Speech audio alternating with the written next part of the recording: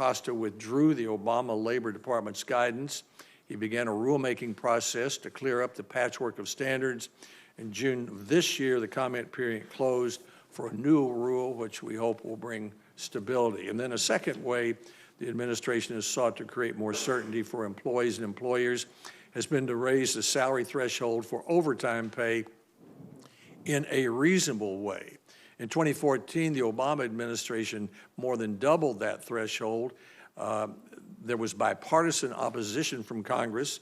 The department has proposed a much more reasonable rule. The department's proposal would require input from workers and employees prior to future changes. I'm glad to see these steps.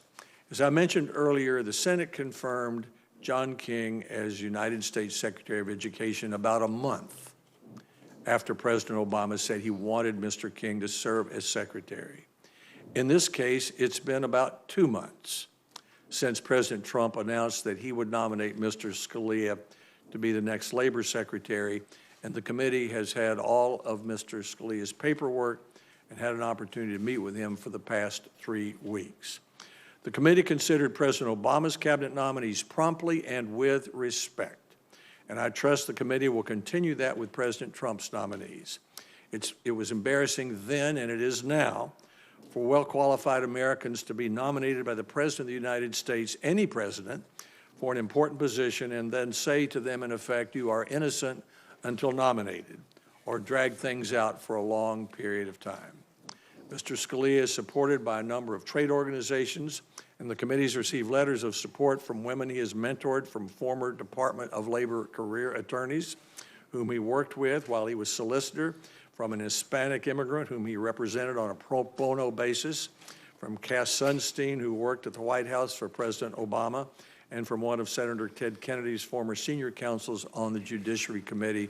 Senator Kennedy, of course, was a former chairman of this committee. I ask unanimous consent that those letters and 17 additional letters of support be submitted into the record. The committee will vote on Tuesday on Mr. Scalia's nomination, and I look forward to the full Senate confirming him soon. Senator Murray. Well, thank you very much, Mr. Chairman. Secretary Chow, it is good to see you. Thank you for joining us today to introduce the nominee. Mr. Scalia, I appreciate you and your family being here today. I look forward to you introducing your apparently very large family behind you. I know that'll take a while, and but we welcome all of you as well. Mr. Chairman, I do want to start by expressing my frustration with this rushed process, and I have asked repeatedly to delay this confirmation hearing because I do believe that every nominee's background should be reviewed carefully and thoroughly, especially for a role this important. Moving from a formal nomination that came on September 11th to confirmation in less than 2 weeks, as we have in this case, is deeply concerning. Members have not been given enough time to review Mr. Scalia's background, and I have repeatedly asked for more time. And in fact, we did not get answers to follow-up questions until late last night. So I want to be clear, I do not consider this nominee's vet complete or sufficient. And Mr. Scalia, I will be asking questions and gather information about your record, and I expect thorough answers, and I'm sure you will give them. So thank you. The chairman has said there's going to be a markup next Tuesday, the 24th, and I really do urge the chairman to move the markup so everyone really does have more time to consider this nominee's very long, complex record. Why? Because workers and families across the country are counting on us to take our vetting responsibility seriously, especially since President Trump clearly won't. His first nominee was a millionaire fast food CEO who disparaged his own workers and was forced to withdraw from consideration. His second pick served as a yes man for an anti-worker agenda before resigning in disgrace as the country scrutinized his decision to give a sexual predator the deal of a lifetime. President Trump's third pick, Eugene Scalia, is an elite corporate lawyer who has spent his career fighting for corporations and against workers. I opposed Mr. Scalia's nomination to the Department of Labor back in 2001. 18 years later, his record defending corporations as they trample workers' rights has only gotten longer.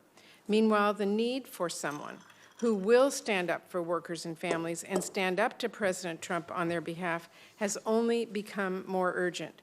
because we have seen time and again that President Trump will not hesitate to throw working families under the bus to help corporations and billionaires and the powerfully connected get even further. Like when he worked with Republicans to jam through a $1.5 trillion tax giveaway for corporations and the wealthy, a move that some Republicans now want to pay for by cutting Medicare, Medicaid, and Social Security. From rolling back a rule ensuring workers receive their overtime pay, to blocking Democrats' efforts to raise the minimum wage and ensure equal pay, to seizing every opportunity to undermine workers' rights to organize and join a union so they can advocate for higher pay and better benefits and a safer workplace and a secure retirement. The Trump administration has consistently sided with corporations over workers. Now, instead of nominating someone who understands the challenges working people face and will fight for them, President Trump has chosen a powerful corporate lawyer who has devoted his career to protecting big corporations and CEOs from accountability and attacking workers' rights, protections, and economic security. Instead of nominating a Secretary of Labor, President Trump has nominated a Secretary of Corporate Interests.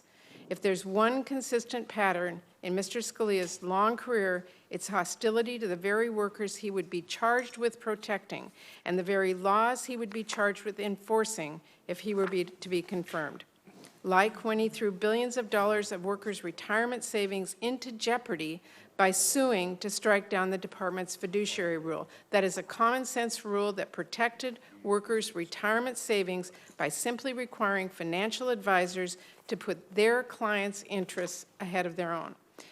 And Mr. Scalia has made a career out of striking down laws that protect people, like from his work for big businesses looking to hack away at the safeguards and protections meant to avoid another economic crash, to fighting against protections for workers' health and safety.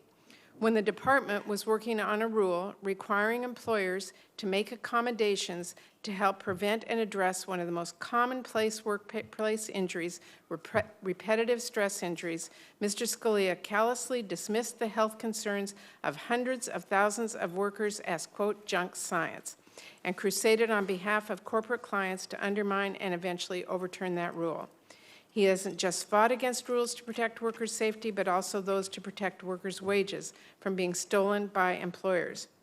Democrats have been pushing to raise the minimum wage to $15, to end the lower wage for tipped workers and workers with disabilities, to close the pay gap, and make sure workers are not cheated out of their hard-earned pay. Republicans continue to block our efforts to pay workers more, so I believe we need a secretary who cares about giving workers a raise, not one who criticized President Obama's decision to increase the minimum wage for workers who are on federal contracts, not one who fought to help corporate clients steal employees' tips and get out of paying overtime wages. And we need someone who will hold companies accountable, not let them off the hook at every opportunity. The last time Mr. Scalia served in the Department of Labor, he restricted protections that prevent retaliation against whistleblowers so severely he garnered bipartisan criticism for being openly hostile to whistleblowers. When it comes to accountability for discrimination, Mr. Scalia's record is equally unacceptable. In one case, he defended a company that discriminated against a job applicant because of her hairstyle. In another, which Mr. Scalia has previously named as one of the most important issues he's worked on, he argued that employers should be able to discriminate against people with disabilities based on perceptions about what they can do, and successfully undermined the landmark protections in the Americans with Disabilities Act. And when it comes to accountability for workplace harassment, Mr. Scalia's record got worse. While our nation is grappling with this epidemic, Mr. Scalia is working to help get businesses off the hook. 30 women have been fighting to hold Ford accountable for sexual harassment and assault they allege they experienced in the workplace, everything from unwanted touching to assault. Mr. Scalia has been fighting to get their case thrown out of court. He argued some of the survivors should have their claims dismissed because they failed to note the lawsuit during a bankruptcy proceeding. Our nation needs a Secretary of Labor who will prioritize addressing the epidemic of workplace harassment, not someone who thinks the bar for what qualifies as harassment should be higher or that the standard of accountability should be lower. And these are all just a few examples of the larger alarming pattern of his career. His nomination offers a straightforward test for each of us. If you care about workers and families, his record is absolutely, to me, disqualifying for Secretary of Labor. But if, like President Trump, you want someone who will run up the scoreboard for corporations and billionaires at the expense of working families, his anti-worker record is exactly what you're looking for. People are getting more and more tired of President Trump's anti-worker agenda.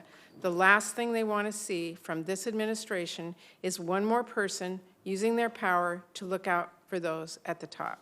So I hope everyone who claims to care about working families watches this hearing closely, looks at Mr. Scalia's record thoroughly, and thinks long and hard about whether the workers they represent really want them to fight for someone who will not fight for them. Thank you, Mr. Chairman. Thank you, Senator Murray. We'll now welcome the nominee, Mr. Scalia. He'll be introduced by Secretary Elaine Chao. Secretary Chao currently serves as United States Transportation Secretary, and she previously served as Labor Secretary under President George W. Bush. Secretary Chao, welcome. Thank you. Chairman Alexander, Ranking Member Murray, before introducing today's nominee, Eugene Scalia, please let me acknowledge Senator Johnny Isakson, who recently announced his retirement.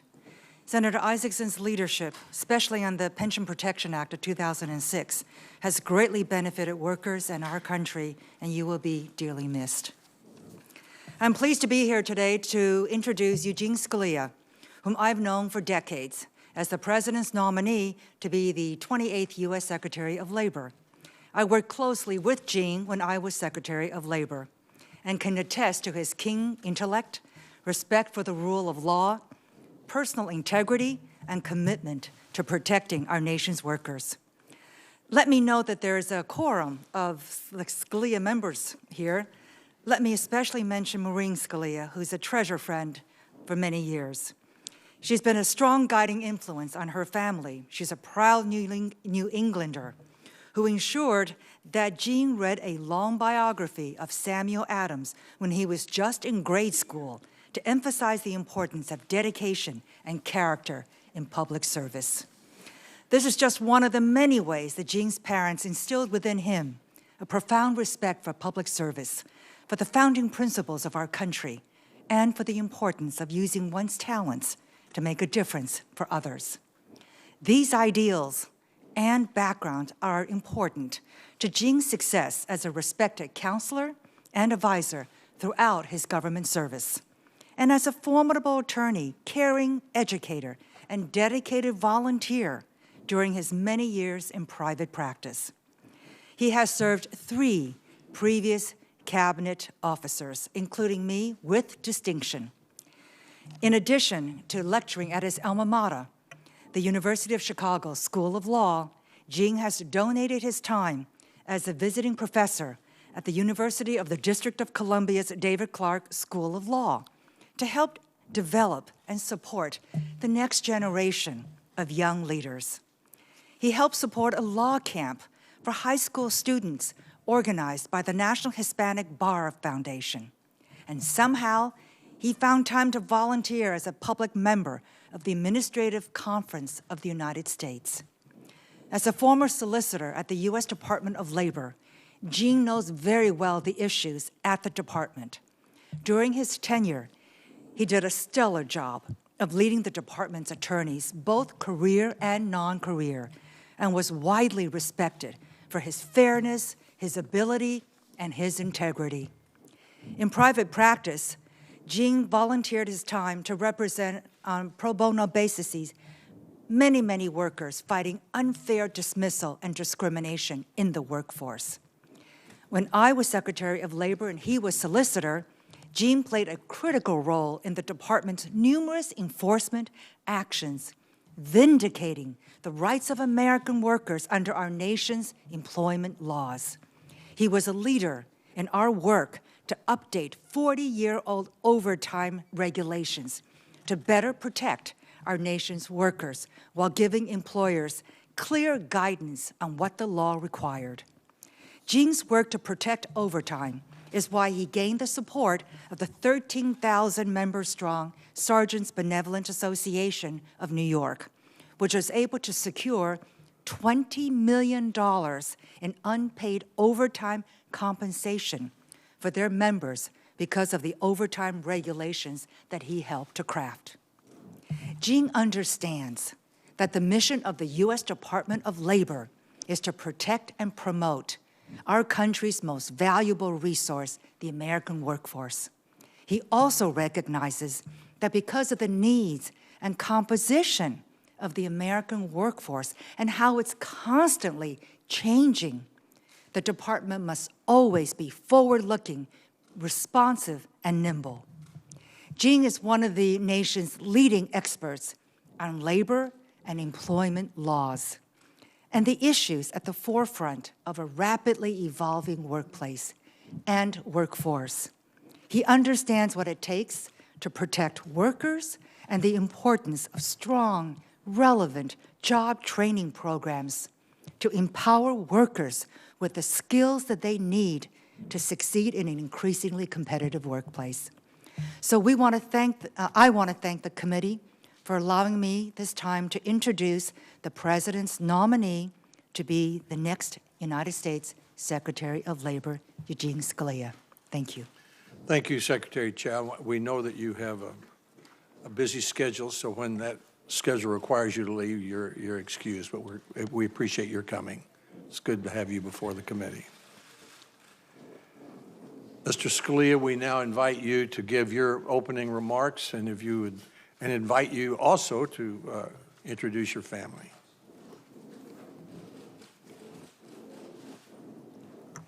Thank you, Mr. Chairman. Thank you, Ranking Member Murray. And if I could begin by introducing first my wonderful wife, Trish, seated next to my daughter, Isabella, my daughter, Megan, Jack, Bridget, my oldest son, Nino, and then certainly not to be forgotten behind Nino is my 10-year-old daughter, Erin. Beside her, my deeply understanding parents-in-law, Susan and Chris Larson. And my son, Luke. Luke, welcome. I'm very grateful to my brother, Matthew, for coming up from Fort Benning. Thank you, Matthew, for joining. Next to Matthew, my formidable mother, Maureen Scalia. Thank you for being here. My brother, John, my sister-in-law, Adele, brother, Chris, and my sister, Catherine, is here as well. With her husband, I believe, Bill Heenan. My sister, Mary Claire, her husband, Michael Murray, my baby sister, Meg, with her husband, John Bryce. And Trish, did I miss anybody? I thank them all for coming. Thank you for your patience, and thank you for allowing me to introduce them not on the 5-minute clock that I have for my opening statement.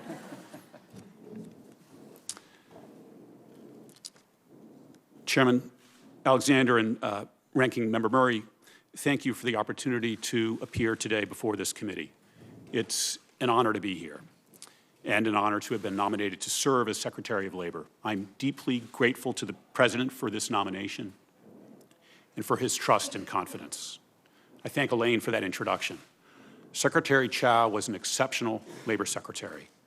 She established clear priorities and a smooth operating structure. If I'm confirmed, her management will be a model for me.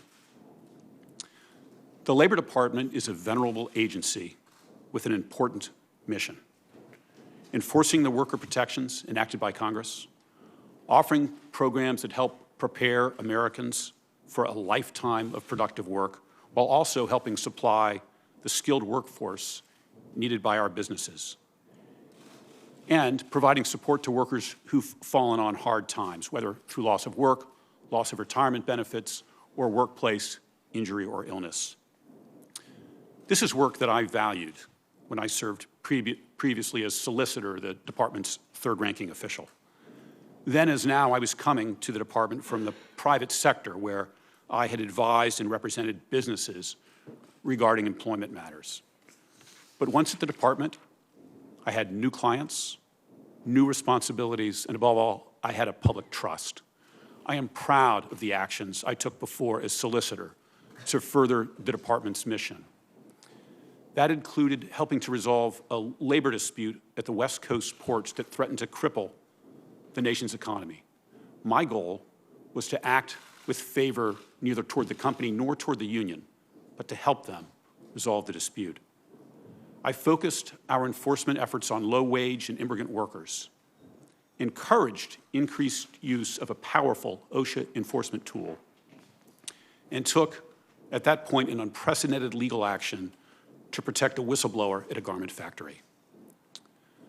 I took these and other actions because I believed they were right, they furthered the department's mission, and because I believe in law and order. But there was more, too. The most affecting part of the job for me was encountering individual workers in sometimes tragic circumstances and recognizing the capacity that we had to respond. The construction workers who died in trenching accidents. The 12 miners in Alabama who gave their lives trying to rescue one another's. Migrant workers whose sacrifice for their families was preyed upon by others. The Labor Department is a big agency with many programs, components, and acronyms.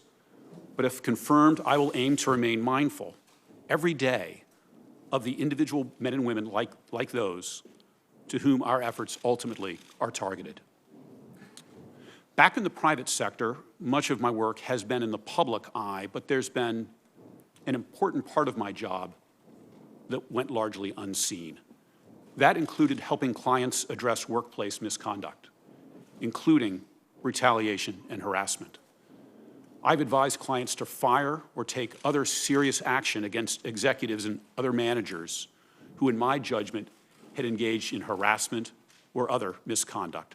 I have had direct and forceful conversations with clients telling them to take steps that sometimes they wished they did not have to. Something that became important to me at my law firm was supporting young lawyers who were trying to balance the demands of their jobs with their roles as young parents. In recent years, many of the young lawyers I worked with were on a part-time work schedule so they could spend more time with their families. It was important to me personally to visibly support that. Shortly before the president announced he would nominate me, I organized a program for our summer interns to hear from men and women at the firm who were trying to strike that balance. I've had the good fortune to pursue a demanding career while enjoying a deeply rewarding family life. It became very important to me to support young and women in the law looking to do the same. I look forward to your questions this morning and to a dialogue that, if confirmed, I want to continue. I enjoy exchanging ideas with people who see things differently than I do, and I'm betting I'll be getting some of that today. That's good. I learn from it. And it is partly through this dialogue with you that I hope to justify the President's confidence and to be the best possible Secretary of Labor, should I be confirmed. Thank you. Thank you, Mr. Scalia. And again, welcome to family members. We'll now begin a 5-minute round of questions. As I would appreciate Senators, the idea with the 5 minutes is that the questions and the answers can be completed within 5 minutes. If Mr. Scalia doesn't have time to answer a question, I'll give him more time if he needs it to answer that question. And we'll have 2 rounds of questions to make sure that all senators have a chance to ask the questions that they would like. Senator Collins. Thank you, Mr. Chairman, and thank you for accommodating my schedule as I'm managing the markup of a bill and appropriations this morning. Mr. Scalia, before moving on to important programs at the DOL, including the H-2B program that is so important to the economy of Maine, I want to follow up and ask you about the perception of some that you will not prioritize the health, safety, and economic well-being of working people. We've heard that this morning. From your time as solicitor, what specific examples can you provide us of when you acted to protect workers in wage and hour cases?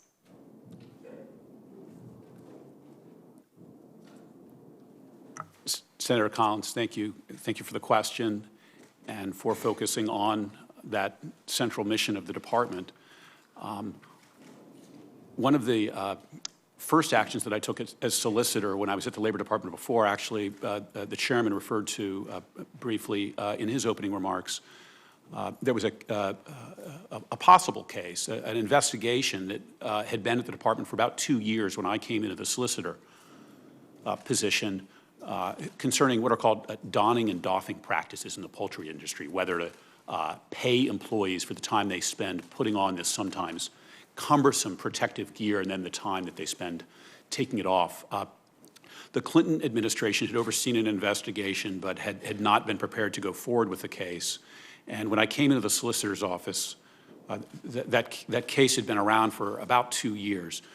I very quickly in the job sat down, looked at the applicable statute, the regulations, met with the career folks, and decided that, yes, this time should be paid. We immediately obtained a $10 million settlement with one of the companies involved, which my recollection was one of the largest settlements at the time in the history of the wage and hour division. And then we sued the other employer in a case that was ultimately won under Secretary Solis. She commended it as a very important action by the department. So that's, there's more, Senator, but I should yield some time back to you, I know. Thank you. In your work in the private sector, do you have examples of where you represented employees, since obviously the bulk of your practice has been representing employers? And my related question is, was that pro bono work or were you hired to do so? I did pro bono work for a number of different employees in my time at the firm. Just 2 or 3 examples. One, again, Chairman Alexander referred to. It was a young Hispanic woman who had a hearing disability who believed that she had been subjected to discrimination in her workplace due to her ethnicity and that condition. And I represented her, was able to work out an agreement with her employer to enable her to continue to do the work that she wanted to do. She's submitted a letter to the committee about that representation. I'll just mention one other. Again, I did this pro bono. This was somebody who was fairly senior in an organization, reported and pressed on the subject of some financial conduct that he thought was improper. He was asked to leave this institution, and I represented him in connection with that and with his feeling that he was being treated improperly because he'd blown the whistle on financial improprieties. There are others. Turning to the department's role in the H-2B program, which is especially important to Maine's tourism industry, I represent a state with 1.3 million people. We have 36 million tourism visits in a year. So obviously the workforce is not adequate to handle that. As a result, we see restaurants, bed and breakfasts, inns, hotels curtailing their hours, which hurts their regular employees as well because they simply can't get the help they need. The department received 96,400 applications on January 1st, and that's nearly triple the number of H-2B visas available for the second half of the fiscal year. If confirmed, will you work with Congress to make sure that there are enough visas, including opportunities for returning workers, for those employers who have no choice but to rely on a seasonal workforce to be able to operate? Mr. Chairman, if I could have just a moment to respond to that question. Senator Collins, one of the privileges of being a nominee is the opportunity to meet with with you all, with members of this committee, members of the Senate, and to learn. And I have learned from you and from some of your other colleagues about some of the challenges that program presents and how critical it is to businesses and the employees that benefit from them as well. So I regard that program and ensuring as best we can that it functions properly to be an important priority if I'm confirmed. Thank you. Thank you, Mr. Thank you, Senator Collins. Senator Murray. Thank you, Mr. Chairman. Earlier this month, the Census Bureau released some data showing women were paid only 82 cents for every dollar to men in 2018, which confirmed that women in working families, something we've known for a long time, the gender pay gap is alive and it's well, and it's even worse for women of color. Yet, just a day after that data was released, the Trump administration took steps to protect companies and sweep pay discrimination under the rug by rolling back the back pay data collection at the Equal Employment Opportunity Commission. So we couldn't collect the data, and the Secretary's Labor's job is to protect those workers and fight for their rights and speak out on their behalf. So I wanted to ask you today a few straightforward yes or no questions. Do you accept the Census Bureau's data, which show that women are only paid 82 cents for every dollar men are paid? Ranking Member Murray, I don't know that I have seen that particular survey, but I am familiar with data suggesting that the figure is at about the point that you've identified. I think there's some data that puts it perhaps slightly lower. I'm aware of that. Okay, well, I'm the lead sponsor of the Paycheck Fairness Act. It's a bill that would close that pay gap. The House passed it earlier this year. Would you support passage of the Paycheck Fairness Act? Ranking Member Murray, I support fairness in pay and fair working conditions for women. It's something that in my work at my law firm as a manager of employees was important to me, and in advising clients.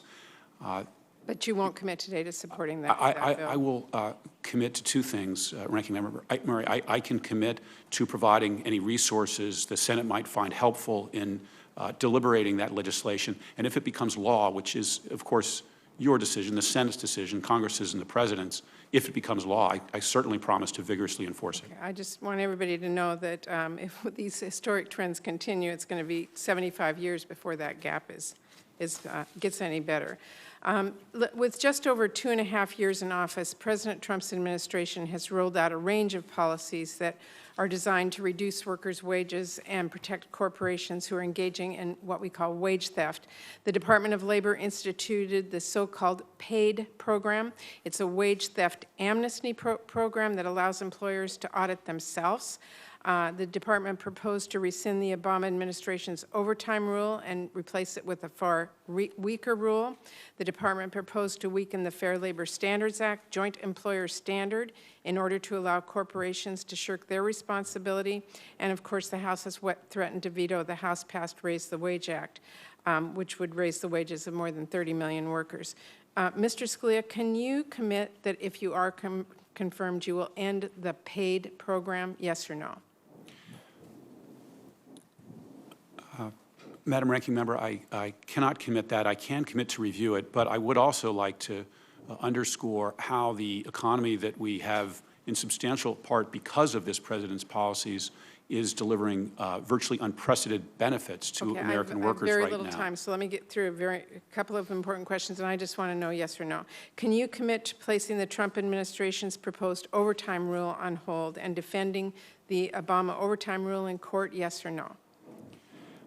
Senator, I can commit to review carefully the ongoing rulemakings that are at the department. One of my responsibilities will be to look at them with a fair and open mind in light of the comments, but I don't feel it would be appropriate for me to commit to. Can you commit to abandoning the department's current proposal on joint employer? Yes or no? Respectfully, no, I can't commit because I respect the notice and comment process established by Congress and would want to see what the public say about it and help guide the agency in making the right decision. And can you commit to encouraging the President to withdraw his veto threat on the minimum wage bill?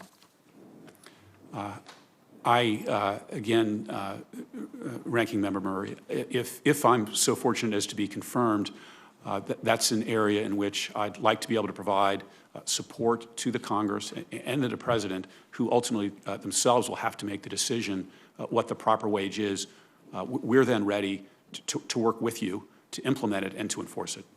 Okay, thank you. And I have a very long question next, so I will retain my 20 seconds for my next round, if you don't mind. You certainly have that prerogative, Senator Murray. Senator Murkowski. Mr. Chairman, thank you. And I apologize for kind of jumping the line, but I too have to go to the same appropriations markup.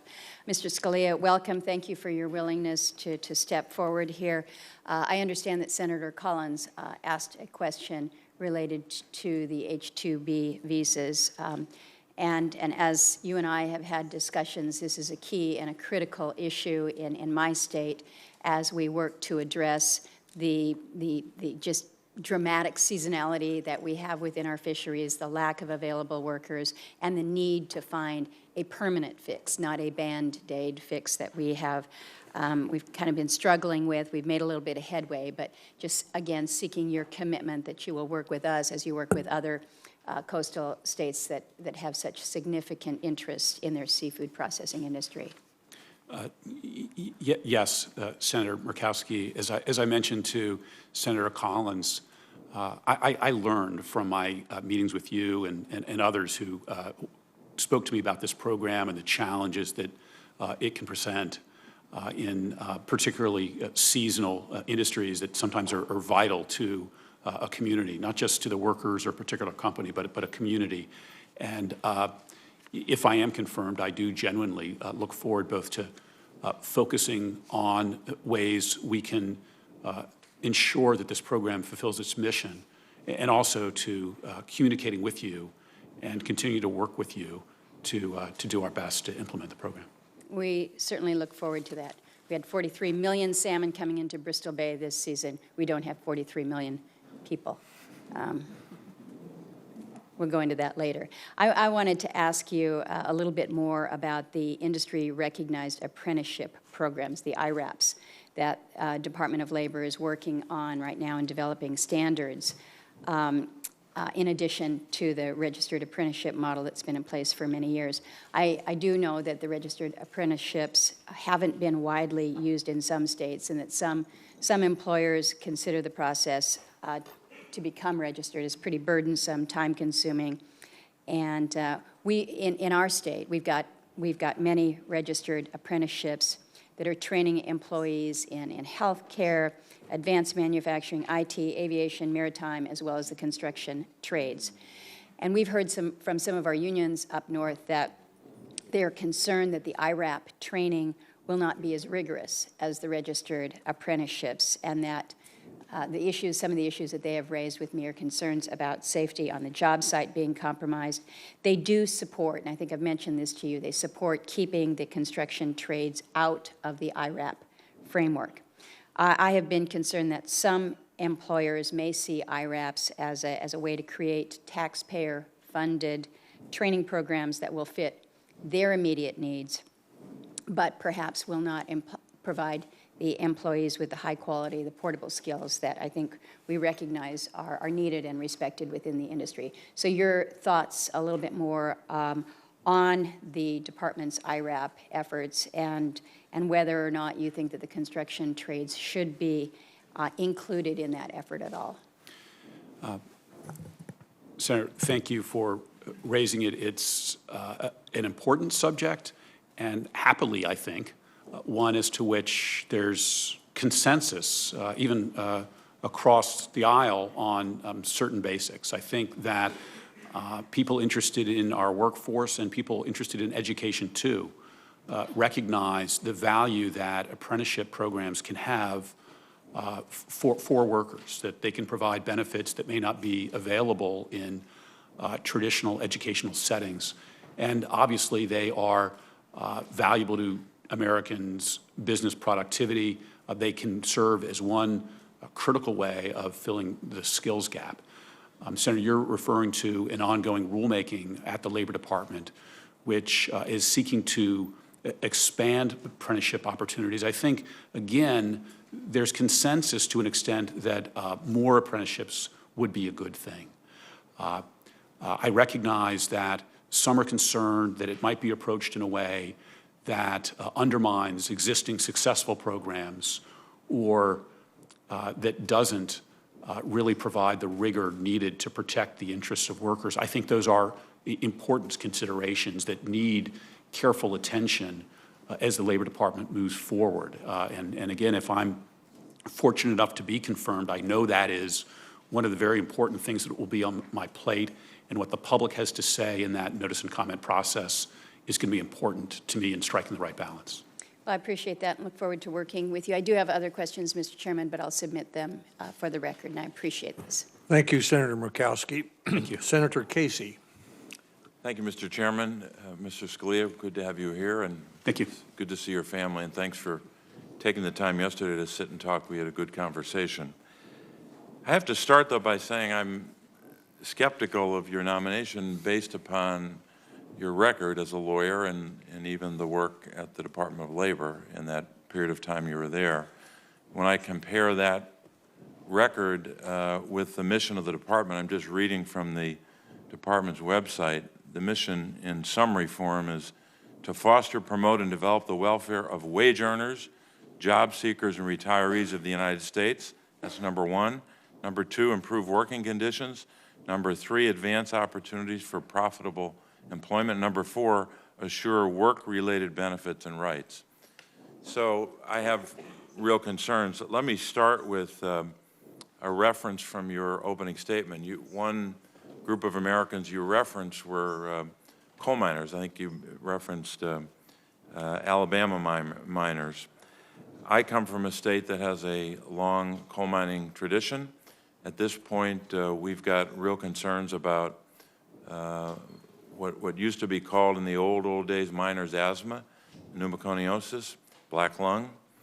In fact, I'm holding here a letter from two labor organizations, the United Mine Workers and the Steelworkers, sent to the department that you hope to lead in June, raising questions about and asking for a new standard with regard to respirable crystalline silica.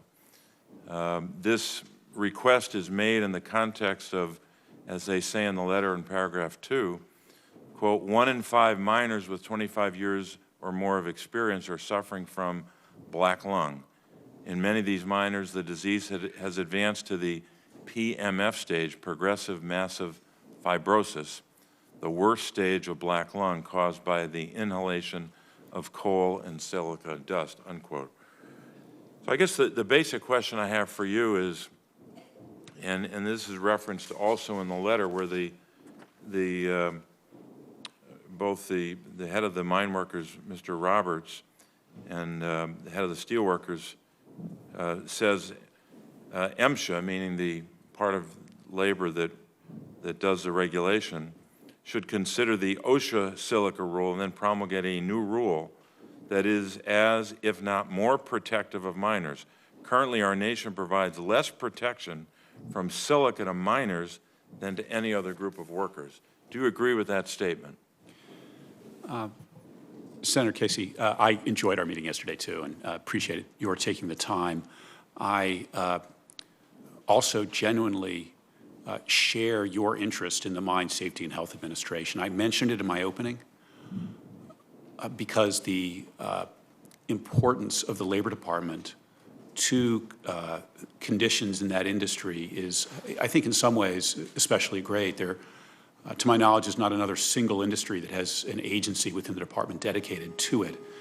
And when I was there, it really did come home to me, particularly in connection with that Alabama disaster, how important our role could be. I helped put together an emergency standard to deal with some of the problems that had caused that accident. With respect to PMF particularly, I am aware that there is concern that new mining techniques are causing an increase in this. And I've reviewed some materials, possibly that letter. It is something that I would want to understand better. Just going to cut you off because we got limited time. I just want to ask you a very simple question. I asked you, do you agree with that statement in the letter? Let me say it a different way. Do you agree that the standard should be, in a sense, twice as worse for the coal miner as opposed to any other worker? And I think that's just yes or no. Senator, I don't know what the exact standards are. I agree that this is an issue that I would want to look at, and it was brought to my attention as an important one, and if I'm confirmed, I would hope to have a chance to talk to you about it further. If you're confirmed, I'd ask you to do that. Finally, let me just, and I know we'll have more time later, but I wanted to ask you a question about a part of the Department of Labor that has the obligation to do enforcement. I would argue that enforcement of our trade agreements has been lacking under several administrations, going back many, many years. But the proposal by the administration now to cut the Bureau of Labor Affairs, which is the entity that does trade enforcement, to cut it by 78% from roughly 86 million to a little more than 18 million, a $67.5 million cut. Now, does that make any sense to you? Do you agree with a cut of that dimension where funding has been pretty level for many years? Senator, I do believe that fairness in trade agreements, and particularly with respect to working conditions, has been a priority for this president. That particular program is one that, if I'm confirmed, I would commit to take a look at and evaluate whether it would be able to continue to perform its mission. I've heard no good rationale for a 78% cut in an office that does trade enforcement. Thank you, Mr. Chairman, for giving me a couple extra seconds here. Sure, Senator Casey. Senator Isaacson. Welcome, Mr. Scalia. It's good to have you, and I appreciate the time you gave me last week in conversation. I enjoyed it a lot, and congratulations on your great family. You'd solve our labor problems if y'all moved to our states. We could use you in the chicken industry in Georgia, I can tell you that. And I am familiar with what you mentioned about the case you worked on, because Georgia is the largest poultry producer in the United States of America. And if anybody has sympathy for a worker, have sympathy for a guy who plucks chickens all day long. It is a tough job, and the stuff they wear that you work for them to be able to include in their earned time for their pay is tremendously important, because when they go home at night, the first thing they want to do is get hosed off before they dock in the doorstep of their front step. And I appreciate what you did to the chicken workers very much. And wasn't aware of it till a day. And I knew they had a good lawyer because they won the case. I didn't know it was you. Nobody ever brags about the lawyers, so I'll brag about it. The results are clear, and you made both sides happy, which is even harder to hear. I've listened to a lot of things said today. You've been asked so many yes and no questions to which there are no yes and no answers. So those are easy for people to ask if they know you can't ask. It's like a trap. You know, if you stop beating your wife, you say, yes, I have, that means you did. So no, I haven't means you're still doing it. So either way, you can't answer a lot of questions yes and no. But you can. That was not a question to me, was it? No, that was not. I was not asking you to ratify any harassment whatsoever, believe me. But I am reminded of a lot of cases in my history up here, like ergonomics, which was a big issue during the Clinton administration, where they took a terminology that I was not familiar with at the time and began to apply it in the application of a rule that ultimately was to be administered by the Department of Labor, which ultimately would have said that no grocery bagging kid could load a grocery bag that weighed more than 35 pounds. So they started applying finite, definite limits to jobs that were done that forced employment to go up or down in some cases. And it was applied because of just an arbitrary mathematical formula rather than doing what's right. So I want to ask you a question. Can you cite a case or two where, as a lawyer who deals with negotiating these things if you're on the attack or being attacked, or negotiating some other way if you're on the attack, can you think of some cases other than the chicken case you talked about where you've been involved in where the resolution was a solution that allowed the flexibility of the application of the enforcement of the rule a benefit to the employer and the employee at the same time, which is ultimately the way all those rules should go? Senator, if I could say first, it was a privilege to sit and speak with you, and I do want to echo Secretary Chao in thanking you for your service. The poultry case was interesting to me in part because when I came before this committee before, I was asked by Senator John Edwards, who was from North Carolina, whether I'd ever worked in a poultry factory, and I had to confess that I hadn't. And I think he believed that reflected that I would be unable to understand the concerns of poultry workers. And I therefore found it ironic when one of the first things I did was see the problems in that plant and authorize that important litigation. So thank you. I think that achieving the kind of, win-win that you've described is something that you seek for in litigation at times, but I would point particularly to some of the advice and counsel work that I've done for clients where it's, as I said in my opening, a part you don't see necessarily, but I did spend a fair amount of my time as a private practice lawyer telling clients what their obligations were, helping them meet them by putting together anti-discrimination policies or policies to help workers get accommodation under the ADA. And then, as I mentioned, at times, pushing clients pretty hard to do what the law and sometimes decency indicated they needed to do. So that is one area where I was proud of what I was able to try to accomplish. That's exactly what I was talking about, and that is so much of the stuff that's the result of your work happens in the back rooms and is never seen in the courtroom. And the important thing is you put together an adversary and an advocate, but they come to a common ground that's good for everybody, and that's the type of thing we need to have.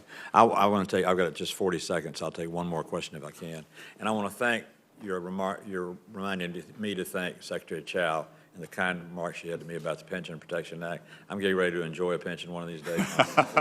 I'm glad we protected it when I wasn't here, so it wasn't self-interest at the time. My last question would be about the joint employer rule. I know Senator Murray was a wonderful lady, and we works for me on the workforce development. With the WIOA Act, which we worked on so much, is for workers, and I think the Labor Department enjoys so much. We won't talk about that because that's a perfect bipartisan example of how we get things done up here. But I do want to talk about the joint employer rule just to give you a thought. The statement was made about how important the joint employment rule is to the future of employment and the future of workers in the United States of America. I don't know if that's a fair statement to make or not, but I know this. The application of the joint employer rule to the franchise industry alone, which is most of American small business, will put them in the history books in terms of employers, pure and simple.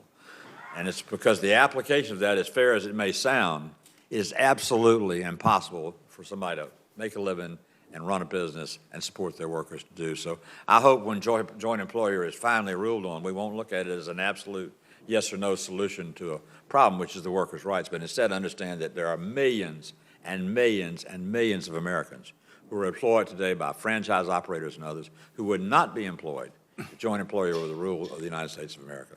And that's my little speech, and I'll yield that for another day. Mr. Chairman, I also want to yield the rest of my time, if we have another round, to you, because I'm not going to be able to stay for a second round. Okay, thank you, Senator Isaacson. Senator Smith. I think it might be Senator Baldwin's I term. didn't see her come in, excuse me. No worries. Senator Baldwin, excuse me. Thank you. First of all, thank you for meeting with me earlier this week. And I want to welcome you, Mr. Scalia, and your family to the HELP Committee. Mr. Scalia, your history and record on worker safety is of concern to me and is not what I'd be looking for as in our next Secretary of Labor.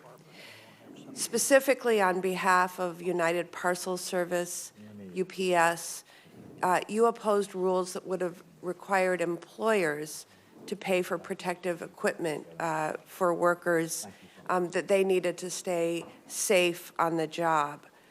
You represented SeaWorld in a well-known case when they contested monetary fines and 3 citations, including a willful citation. Earlier this year, I met with a former nurse and a constituent of mine by the name of Patricia Moon Updike. On June 24th, 2015, while helping a patient, she was kicked in the throat, nearly collapsing her trachea.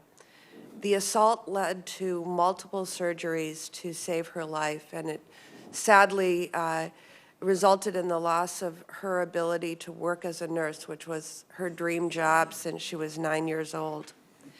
Violence is now the 3rd leading cause of workplace deaths. The Obama administration issued a proposal similar to a bill that I've introduced called the Prevention of Workplace Violence in Healthcare and Social Assistance.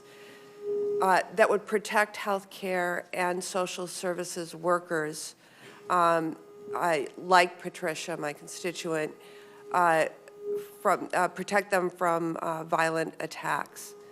But OSHA, under this administration, has dragged its feet and still hasn't finalized this proposal. Mr. Scalia, will you commit to prioritizing this proposal and make sure that it is finalized?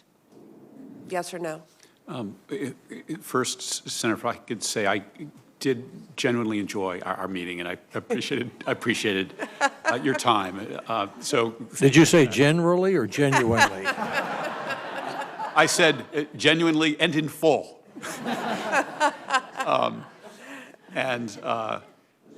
If, with respect to the work that I did, if I could just respond briefly, I did handle certain cases for clients. It was my job at my firm, and I had a duty actually to do that vigorously as a lawyer.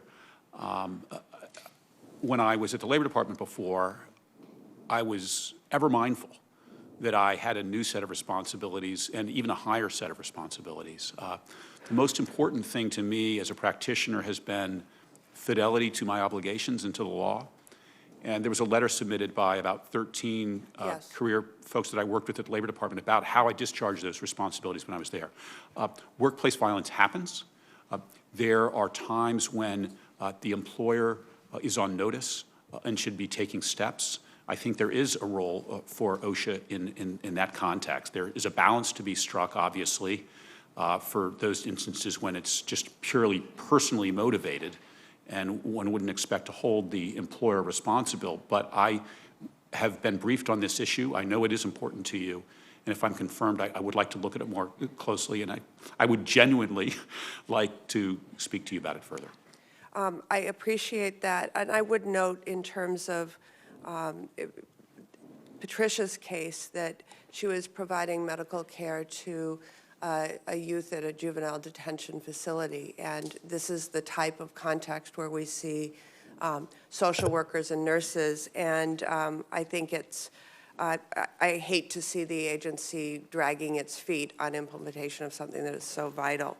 Yes, I've seen the hazards in that environment too. According to the Bureau of Labor Statistics, more than 5,000 workers were killed on the job in 2017, and almost 3 million workers were injured or got sick on the job. Now, OSHA data shows worker safety enforcement activity is down, and the number of OSHA inspectors under this administration is at record lows. Mr. Scalia, will you commit to supporting increasing the number of OSHA inspectors so that OSHA can fulfill its mission and keep workers safe? If I could respond briefly, Mr. Chairman, any workplace fatality or serious injury is too many, but the number have actually been down in the last couple of years. We can be thankful for that. But you are correct. The number of OSHA inspectors, my understanding, is lower than Secretary Acosta, for example, wanted it to be. And I would commit to you to take a look at steps that might be necessary to get the number of inspectors up to an appropriate level. Mr. Scalia, and I too have appropriations to follow. Okay, very good.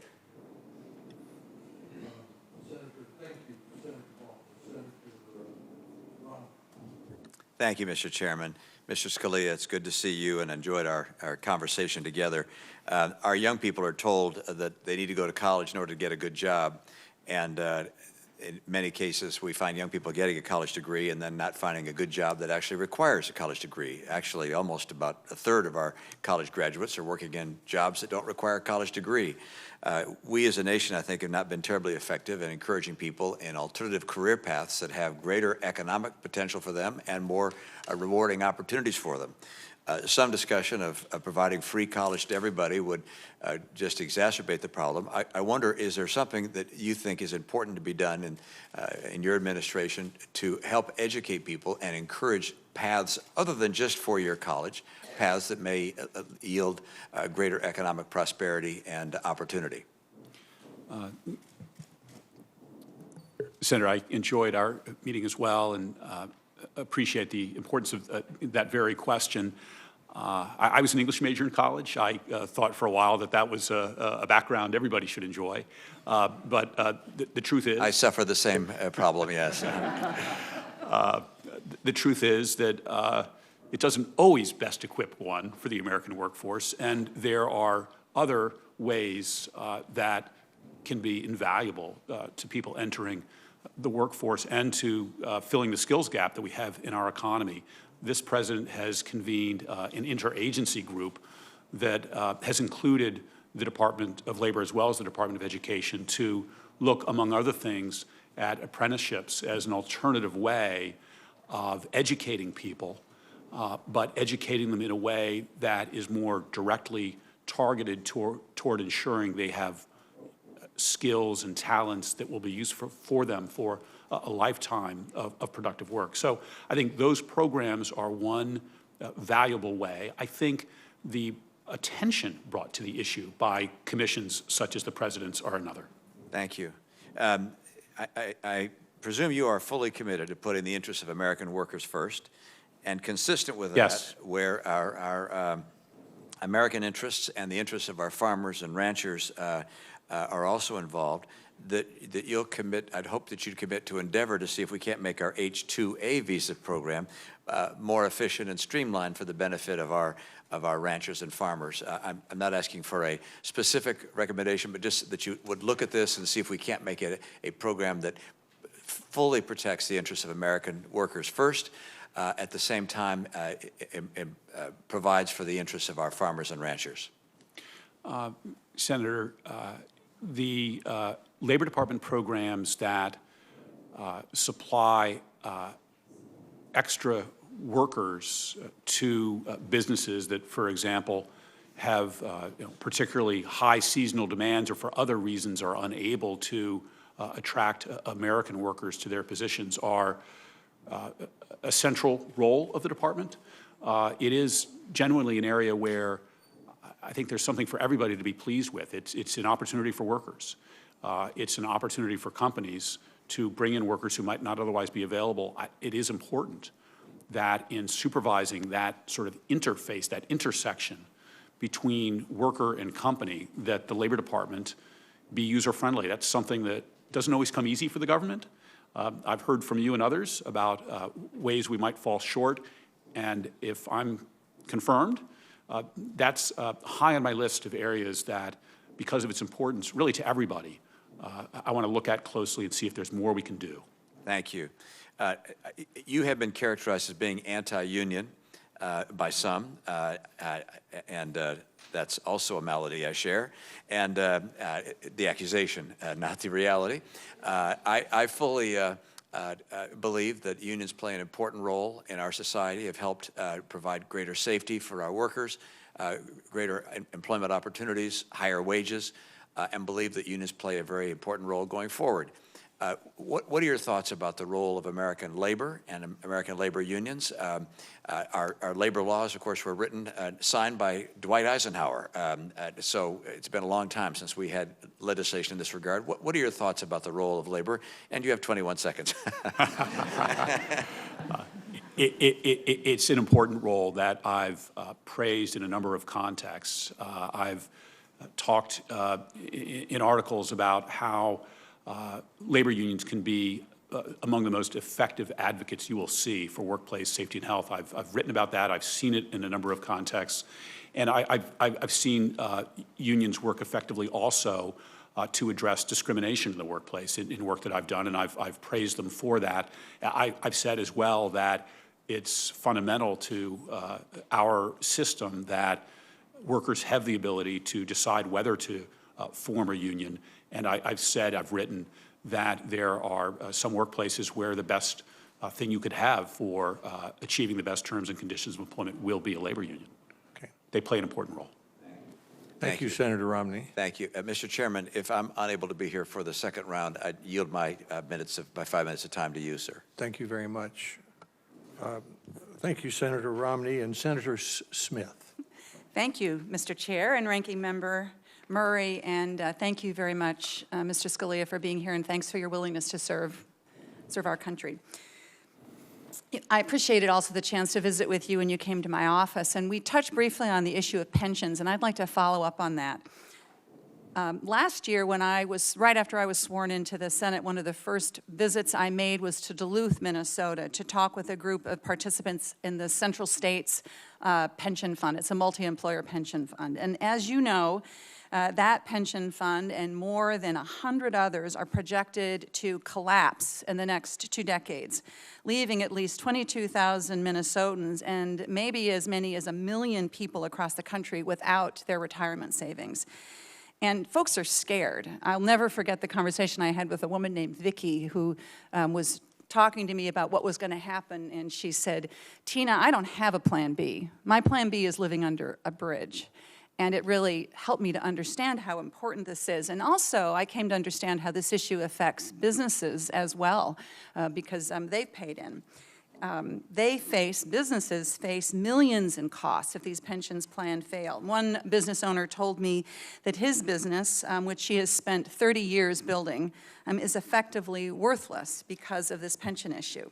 So I'd like to just ask a couple of questions about this. First, I assume that you believe in the union's right to collectively bargain for pensions and benefits and better working conditions. I do, Senator. And do you believe that the current situation is the fault of the workers in these plans? Senator, you're referring to the challenges facing, for example, the Central States Correct. Plan. Senator, if I could, I guess, answer a little bit more broadly,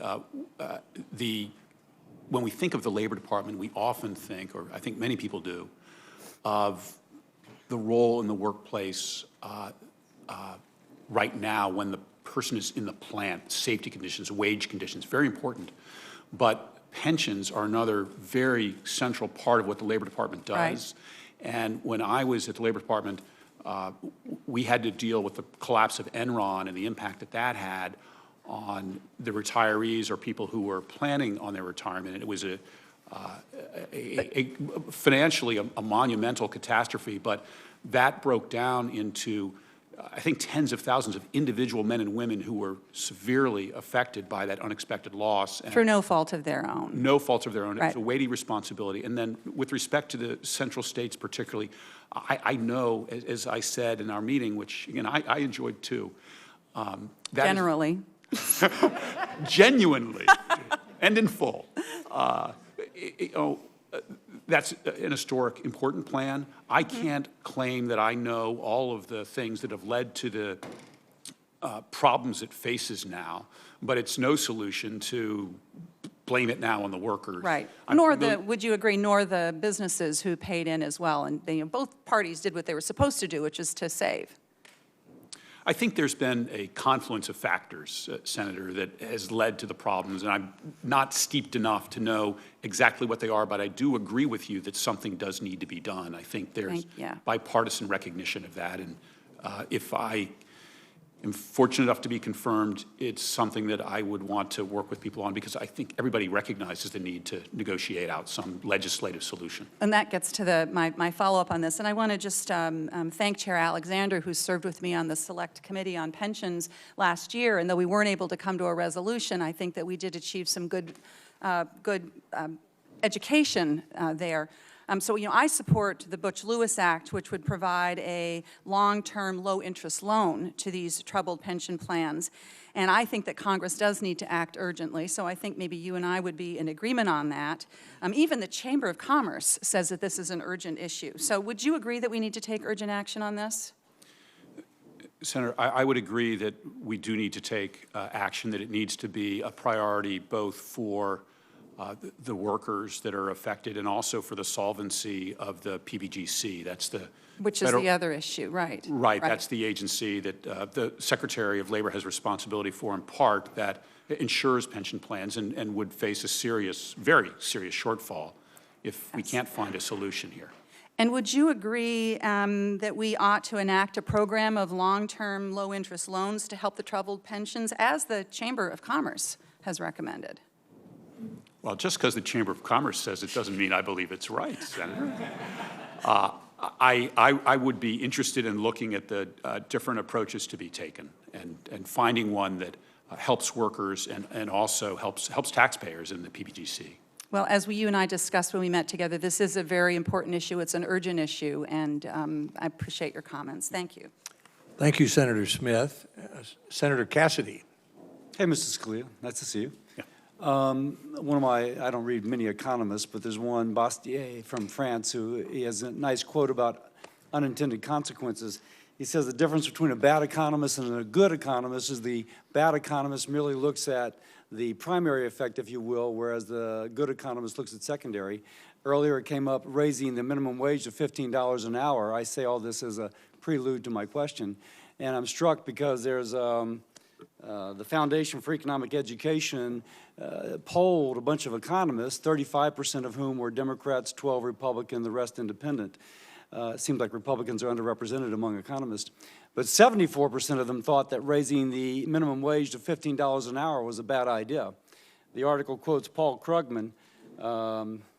Any Econ 101 student tells you the answer. A higher wage reduces quantity of labor demanded, leading to unemployment. And then they give their reasons why, again, so many opposed, 69% of whom vehemently opposed. Minimum wages reduce employment, reduce the earnings of low-paid workers, make some low-paid workers better off at the expense of others. Younger workers who are less skilled are less likely to be employed, lowering future earnings. I could go on. Now, that said, that's a prelude to this question. Have you seen other policies which there was an unintended consequence? On the face of it, it sounded great. Why wouldn't we all do it? And then you look at the secondary effects, and they're quite negative. Because you'll have to make those judgments as the Secretary of Labor. And it's just not about any particular policy, just kind of your experience and your, if you will, method of analysis. Yes, I think that, unfortunately, the great majority of the problems that the Labor Department faces involve some trade-off, where the central mission is to protect workers, and also it has this very important role of training workers and supplying the workforce that American businesses and ultimately American consumers want available there. But some of those actions, if we're not thoughtful about how we go about them, can have adverse consequences by hurting the businesses that supply the jobs, sometimes hurting other workers because one group benefits but another is set back. And so I think that we always need to think, as you're saying, like the good economists, and consider not just the initial first-order effects, but what are the downstream consequences of this? And that, I think, is something that often is helpfully addressed in the rulemaking process that we have. A number of different ongoing Labor Department rulemakings have been brought up in this hearing. As I've mentioned to some of your colleagues in our discussions, that process of hearing from the public about what they think of a proposal and what effects it's going to have is a really important way of looking far down the road. So it's not so much a yes or no answer, it is the more nuanced, what do we learn from the comments to come up with something in which we fully evaluate secondary effects and make something which is the maximal good for the maximal number of people. That's exactly right, Senator. I'm reassured that that is your approach. Now I'm going to ask you something a little bit more arcane that's very peculiar to Louisiana, involving sugar and cotton. USDA defines the commodity, if you will, of sugar and cotton as refined sugar and or raw sugar, I'm sorry, and cotton which has been ginned. But so far, I gather labor is defining the commodity as cotton which has been picked, not ginned, still has all the things that you got to get rid of, and sugar cane itself. Now, this has an impact upon whether or not my guys can get H-2As to go and drive their trucks. If the sugar cane itself, for example, is considered the final product, it's an H-2B issue. But if it's recognized that this is merely an agricultural product that has to be processed to the commodity, it's an H-2A issue. Now, although I'm obviously begging an answer, it actually seems like the answer which is most apparent, even upon secondary analysis. So that said, would you please consider this? Because right now, those drivers are being considered as H-2Bs. They're having a difficult time getting them, a difficult time getting their product out of the field into where it needs to be processed. And the difficulty of that means that there's going to be some product left in the field, which is bad for the consumers, bad for the farmers, et cetera. So if I could have your commitment, I would appreciate that. I will consider that, Senator. That is something that I certainly will look at if I'm confirmed. Thank you. You're helped by the expiration of his time. But I would like to say that I will be unable to stay for the second round, and I yield my 5 minutes of questioning to the chair. Thank you. Thank you, Senator Cassidy. Senator Murphy. Thank you very much, Mr. Chair. Thank you for being here with us today. Mr. Scalia, as I think I mentioned to you in our private meeting, I have probably voted for more of this administration's nominees than many of my colleagues. I've come to the conclusion that as long as nominees are qualified and they're in the conservative mainstream, I think they're worthy of the Senate's support. But as I also mentioned to you, my question that I'm attempting to answer is whether you are indeed qualified for this position. Now, that might seem silly given your decades of experience in the area of employment law, but your entire body of work, at least in the private sector, as Senator Murray mentioned, has been devoted to representing employers against workers, has been devoted to trying to stop workplace protections from being adopted. Now, I have plenty of friends who work for big companies and work in employment law, and many of them are fine people, but I don't know that I would select them to be the one representative in the federal government, in the cabinet, who's supposed to speak for workers. You might make a fine Secretary of Commerce in a Republican administration, but I just don't know that your experiences actually are qualifications to be the sole representative of workers. And so I put that on the record as the struggle that I am having. And I ask you a question in means of trying to seek out the values that you are going to bring to this job. Way back in 1985, you wrote an article entitled "Trivializing the Issues Behind Gay Rights." In it, you said, "I do not think we should treat it as equally acceptable or desirable as the traditional family life." But you concluded the article by saying, "I'm not sure how I stand on the basic issue of gay rights." I appreciate your honesty at the end of that article. My worry is that your views have not necessarily matured as the country's have, given the fact that earlier this year, you joined the board of a group called Ethics and Public Policy, the Ethics and Public Policy Center, an organization which advocates a lot of time to arguing and advocating against the civil rights of LGBTQ individuals.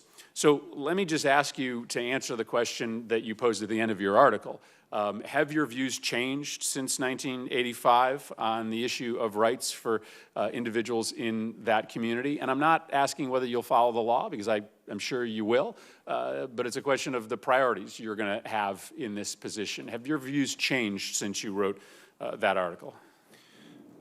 Senator, thank you for the time that you made to meet with me earlier this week. And with respect to my qualifications, generally for the job, I appreciate your positive words about the background that I have as a long-time labor and employment lawyer. As you said, I think it's approaching, 3 decades concentrating in the field. Yes, often I have represented business, but I believe that this committee has the good fortune of my past tenure at the Labor Department, which showed how effectively I am able to recognize the new clients, the new obligations that I have, and my capacity to discharge those responsibilities very vigorously. There was a reference earlier to the issue of ergonomics, and it is true that I represented clients opposed to ergonomics regulation, which this Congress ultimately repealed the rule. But once I was at the department, I worked very closely with some of those same lawyers. In fact, one of them, the lawyer who had the lead on the issue of ergonomics, wrote a letter, joined a letter from former career officials supporting my nomination. So as did, by the way, the the chief administrative law judge who oversaw the ergonomics hearing joined that letter saying Gene did a very good, even-handed job here. With respect to the article, Senator, you're talking about an article that I wrote when I was in college. It was 1985, about 35 years ago. And yes, I certainly have changed in how I view any number of things since I was in college. And I think we've all matured, one would hope, since those days. And I would certainly enforce the law in this area and respect the decisions of the Supreme Court. How have your views changed on this specific issue? You referenced in that article that they were not equal of the same treatment, those different lifestyles. Is that changed? I wouldn't write those words today, Senator. I would not write those words today, in part because I now have friends and colleagues to whom they would cause pain, and I would not want to do that. And then finally, if I could just say, you referred to an organization. I went on their board in March, and it's a respected organization that's been praised by Paul Ryan, the Speaker of the House, by George Will, Charles Krauthammer. Gene Kirkpatrick was once on their board. That organization, which I've had brief involvement, says nothing about what my views might be on any number of different issues. Thank you, Mr. Chairman. Thank you, Senator Murphy. Senator Scott. Thank you, Mr. Chairman. Mr. Scalia, good morning. Thank you for being here. Good morning. I do want to start off by echoing my support for the department's recent efforts on joint employer and overtime. I know that's been mentioned a few times. Johnny spent some time on it as well, so I am appreciative of the current direction. As a former employer, I think it's incredibly responsible actions on the part of the department. I want to start the conversation off with a topic that I think is really important for our workforce, and frankly, it's going to be a topic of discussion for however long you are the Secretary of Labor, and I hope that begins sooner than later. Experts say that about $2 trillion of current payroll could be automated. The minimum wage increase only, in my opinion, accelerates automation of the payroll. If we see a greater acceleration towards automation, what we see are the first rung in the ladder of economic success and mobility being pulled away. The response to that is that low-skill folks have fewer opportunities to get engaged in the workforce, which the consequence of that is longer terms of unemployment and a debilitating impact on communities of color and in rural America as well. What are your comments on the notion that there is a relationship or a correlation between a higher minimum wage and lower opportunities to enter the workforce? Senator, it's an important potential trade-off that one has to keep in mind as one thinks about what the proper wage for a national minimum wage or for a local wage might be. Different legislative bodies in different locales have reached different conclusions about where to set a wage. There's one federal minimum. But as Senator Scott, as you're pointing out, every time you set the wage, I think people on all sides recognize that if a wage that's mandated is too high, there will be adverse impacts that actually hurt some of the workers that are meant to be helped. I think that needs to be considered. But on the other hand, obviously, the workers' interests more broadly need to be considered too. And we have a longstanding federal policy of having a federal minimum wage. And it's the Labor Department's obligation to enforce that.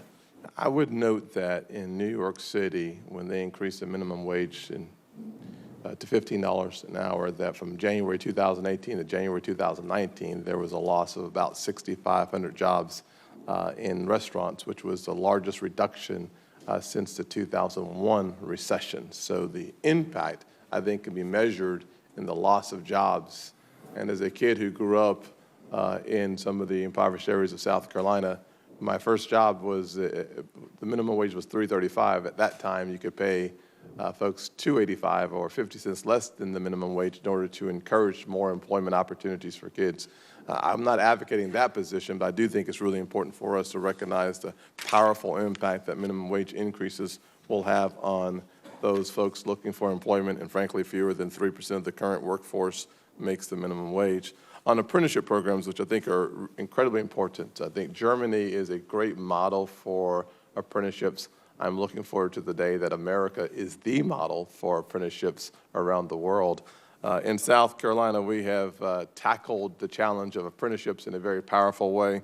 A big shout out to Apprenticeship Carolina, who has truly taken the responsibility seriously, and we've changed the trajectory of apprenticeships in our state by an incredible number. We are now 50% over our 2020 goals. I have legislation co-sponsored by some of my friends on the other side that provides tax credits to encourage more utilization of apprenticeship programs by reducing the actual cost of the programs. Any quick thoughts with my 30 seconds left? Sure. You mentioned German apprenticeship programs when we met, and it's something I am interested in learning more about if I'm confirmed. And with respect to South Carolina programs, I had dinner recently with a friend who's been very interested in apprenticeship programs. And by the way, she has no South Carolina ties, but she called out South Carolina as a state that really stands out. She's very, very educated. This is awesome. A bright and perceptive person. Yes, sir. Just in my few last seconds here, Mr. Chairman, if you would allow, two things. Number one, the gig economy is something that we should have a longer conversation about, perhaps a hearing on the gig economy and what the impact that will be on employment and the necessity of having portability and the benefit structure of that economy. I will tell you that the only way to truly understand and appreciate the success and the progress that we've made in South Carolina as it relates to apprenticeship programs is to perhaps come visit South Carolina. I would invite you to spend some time throughout the state, Charleston being the #1 tourist destination that the nation has today, perhaps the third time in the last 3 years, maybe 4 times in the last 4 years. But because my time is running out, Mr. Chairman. It's run out. I am unable to remain for my second round of questions, but would like to yield my time to you if necessary. Thank you, Senator. And Scott. if I could say, I promise to visit South Carolina tomorrow for back to school day at my daughter's college. Very good, sir. Thank you, Senator Scott. Senator Kane. Thank you, Mr. Chair, and Mr. Scalia, congratulations on the nomination from the President. I noticed in the dialogue that you had with Senator Murphy about his questions, if you go back and read the transcript, your answers don't use the phrase LGBT. Your answers actually wouldn't enlighten anyone about the discussion. And when he asked about the change in your views, what you said is, I would not write those words today because it would cause pain to individuals. So that makes me want to follow up. I think I know the answer to this question. You do believe LGBTQ Americans are entitled to equal protection of the law, correct? That is what the Supreme Court has ordained. Well, that's not the question I asked. And So also, you believe it personally. I know what the Supreme Court has said. I'm asking about your personal belief. LGBTQ Americans are entitled to equal protection of the law.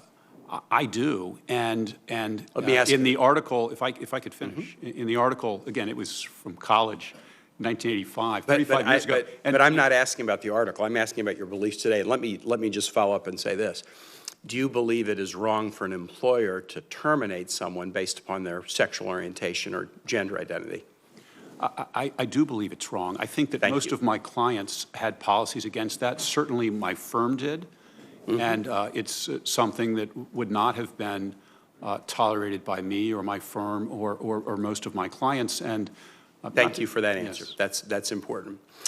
Should you be confirmed, this is an issue that's pretty important in Virginia, could you commit to requiring that mining companies who violated worker protections and are delinquent in paying the penalties that are assessed against them for that would be held accountable and not be able to open new mines until they square the account and pay the penalties to workers that they have been assessed? Senator Kane, I'm familiar with, I believe it's Black Jewel, which is a company that had operations in Virginia, West Virginia, I think Kentucky and Wyoming, went into bankruptcy and has left, I think, thousands of workers in those states in the lurch.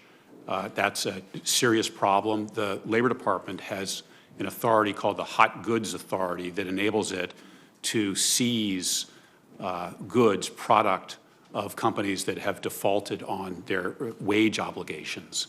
How about the issue of opening new mines, getting permission to open new mines when there are penalties that have been assessed and are delinquent and haven't been paid to the workers for violations? Senator, I don't know what the law provides on that. If there are existing laws that prohibit the opening of new mines if there are unsatisfied pension obligations, then that is one that certainly the department would enforce vigorously. Thank you. Let me ask you this. In cases of wage theft, the Trump administration is engaged in a practice where when there are wage theft findings, they order back pay but not liquidated damages, and often the back pay does not include interest, which means that in cases where wage theft has been found, workers get the pay but get it much later and essentially have made an interest-free loan to the company that has violated the wage theft laws. Should you be confirmed as Secretary of Labor, would you work to make sure that in instances of wage theft, people are made whole, including interest or other calculations that would be necessary to truly make them whole in instances of wage theft? Senator, wage theft is obviously a violation of the law. When I was solicitor, I sought to vigorously enforce the wage hour requirements. I've mentioned a couple of the cases that I brought, in certainly at least one instance, one that was innovative to defend employees' rights. There can be circumstances, though, where you can get more for workers by offering a cooperative program with the government to satisfy obligations that a company has. You see those kinds of cooperative programs across agencies. The Justice Department, for example, Let me switch to another topic. Do you believe workers with disabilities should be paid a sub-minimum wage under 14C of the Fair Labor Standards Act, or should be paid a minimum wage in the same way as other workers? Section 14C, as I believe you know, Senator, authorizes a different wage and potentially a lower wage. I know that it's important both to you and to Senator Hassan, and that is a law that the department is charged with administering. 14C was put into law in 1938 when the expectations for individuals with disabilities were vastly different than they are today. Do you have a personal opinion about whether workers with disabilities should be paid a sub-minimum wage or should receive the minimum wage that other workers receive? That, as you say, it's a long-standing provision. If Congress were to change it, obviously the Labor Department would change its approach accordingly. With respect to the issue more generally, what I can say is I recognize that there are strongly held views on both sides. I think that there are people on both sides of this issue that many of them really do think that their approach is one that is in the interest of people with disabilities. So that's a discussion to be had, and if I'm confirmed, I would be honored to be a part of it. That is another area where I think there are opportunities for consensus, bipartisanship, but it's a hard issue. Thank you. Thank you, Mr. Chair. Thank you, Senator Kane. Senator Murray and I are going to go vote in the Appropriations Committee. Senator Enzi has agreed to preside.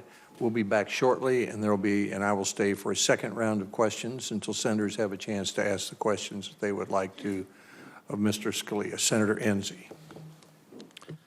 Thank you, Mr. Chairman. And I thank Mr. Scalia for being willing to take this job. As we go through confirmation hearings, I often wonder why. And of course, I got to ask you that personally, and appreciated your answer and appreciated all the public service that you've done. I was here for your 2001 confirmation. Yes. And enjoyed your answers then, and enjoyed the conversation that we had the other day in my office. And I've got to say, you've got the biggest family attending in the 22 and a half years I've been here. And you've also got the highest percentage that have stayed for the questions. I see that Isabella left, the 5-year-old. She was probably the one understanding the questions, too. I appreciated Senator Murray's comments about pay gap. It's something that I've been concerned about for a long time, but I'm an accountant, and now you have to settle for the accountant's questions. And if anybody isn't being paid the same thing for the same job in the same company, I'll help get them to get an attorney that'll prosecute on it. That's what the law is. It isn't everybody's going to get the same wage that's doing the same job regardless of what company they work for and the other person might work for. And some of the most fascinating hearings that I've been at here have been ones where people had gone into non-traditional jobs. I remember having a young lady sitting where you're sitting and talking about how she had always wanted to be a brick mason, and she was, and she got to build some flower boxes, and then she got to build some patios, and then she got to build some fountains. And at the present time, she was hanging marble on New York skyscrapers at high altitudes. And we asked her what her pay was, and I can tell you that she exceeds anything that we make. So if we can get more into the non-traditional jobs and have them trained, then we don't have to worry about the minimum wage as much, because minimum wage is minimum skills. When you first hire somebody, you don't know what their capabilities are. You have to spend a lot of time training them for the work that they're doing, and when you increase the minimum wage, it increases everybody's salary. I mean, you can't put the lowest one up above the next one in skill level, so it escalates everything, and that's good, provided the business can afford to do that, that they have the economy to do that. And I've got to say that the Tax Cuts and Jobs Act did help the economy a little bit. It blossomed the economy, and I had a little bit of a role in that, and so I get a little upset anybody mentions the $1.5 trillion deficit. That was as though that bill would make no difference in the economy. That's how that scored. We all thought that it would make some difference, and it has made a difference. Last year, there was more revenue coming into this country from taxes than there had been any previous year. And now this year, we're beating last year. Of course, some of the overseas money starting to come in. So there are a number of things that play into these things, and one of them, of course, is job training. And the last 2 states in the nation to get a Job Corps training center were New Hampshire and Wyoming, and we both have job training centers now, and I think they're making a difference. So what are your ideas and priorities for what you'd like to accomplish in terms of job training? And does the Job Corps fit into your vision of such training? Senator, briefly on the subject of the economy and the minimum wage, yes, we've been talking today about the minimum wage a bit, but as you know, there are other factors that sometimes are even more important to the well-being of American workers and how well jobs pay. And right now, we're, in part because of the act that you mentioned, we're looking at virtually record low unemployment for African Americans, Hispanics. We're looking at more than a year of 3% wage growth, and people at the lower end of the wage scale are enjoying some of the biggest benefits. So it is important to enforce the minimum wage law, but we shouldn't lose sight of the changes that we've seen in our economy as partly as a result of this president's policies. With respect to Job Corps, that is an important responsibility of the Department of Labor. You and I spoke about, I think, a new center that you have near the Wind River Range. And I think that, again, that is one of the number of different ways that the Labor Department helps workers, but also helps America's productivity by matching interested, willing workers with businesses that have the kinds, that have the need for the kinds of talents that they're bringing. Thank you. And Wyoming had some people that invented something called Climb Wyoming, which is for single moms to get non-traditional jobs. And they're driving trucks and managing warehouses, and the program's being copied by a number of other states now. My time has expired, and Senator Rosen. Thank you. Thank you, Senator Enzi, and thank you, Mr. Scalia, for your willingness to serve and for meeting with me yesterday. My pleasure. I enjoyed meeting with you as well. I want to talk a little bit about Nevada and Nevada's test site, where we're responsible for the integrity, partial integrity of our nuclear arsenal. So the Department of Energy employs Occupational Illness Compensation Program. What it does is provide services to former energy employees like Nevada's nuclear test site workers and compensation for work-related illnesses developed as a result of exposure to radiation and toxic substances. These hardworking Americans have sacrificed and served our country by working at test sites and other locations that are essential to defending our nation from attack. So I have a deeper question, so I'm just going to ask this yes or no. Are you aware of this program at the Department of Labor? I am. I think it used to go by the name of EOICPA, was the acronym? Yeah. And, It's a hard acronym, so. yeah, I couldn't spell that acronym, but I think I could pronounce it. But it was a program that was having some problems when I was at the department before. I don't know how it's doing now, but well, let me finish, I know and it's I'm under the going to radar. ask a question about working on it and maybe making it better. So I understand from our home health care workers in Nevada that changes implemented by the department earlier this year have made it harder for former atomic and energy workers to get their claims processed and to access the benefits to help them afford their health care because of their prior working conditions.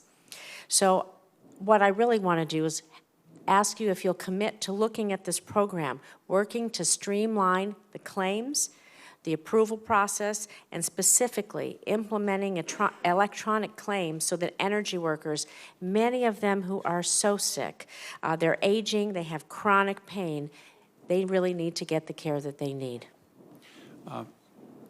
Senator, I am not familiar with the particular problem that you're referring to, but I would be interested in reviewing it, studying it more, and if I'm confirmed, and working with you to address it. I do recognize that there are some Labor Department programs that are not as attuned as they could be to changes in our economy, in changes in how people communicate, how they access and submit information. There are other program areas where we would benefit, and I think have tried to benefit, by greater reliance on electronic communications. I look and would be forward to pleased. streamlining that for you to benefit their care. I want to move on quickly to workforce and apprenticeships. I know they've been touched on here before. Registered apprenticeships, of course, popular across the country, very popular in Nevada. As I mentioned in our meeting yesterday, we have more than $20 billion worth of construction projects just in the southern Nevada area alone. Our carpenters, our electricians, they have very robust training programs. And so what we need to work on is those nationally recognized credentials. Apprenticeships strengthen our economy. We know they create pathways to good-paying careers and help meet our country's current workforce demand in middle-skilled jobs. So for all those reasons, it is troubling to me that the administration is not supporting registered apprenticeships programs. The president only requested $160 million for the Office of Apprenticeship, only a small increase, and we need to help our businesses develop these skills so we can continue to grow our communities.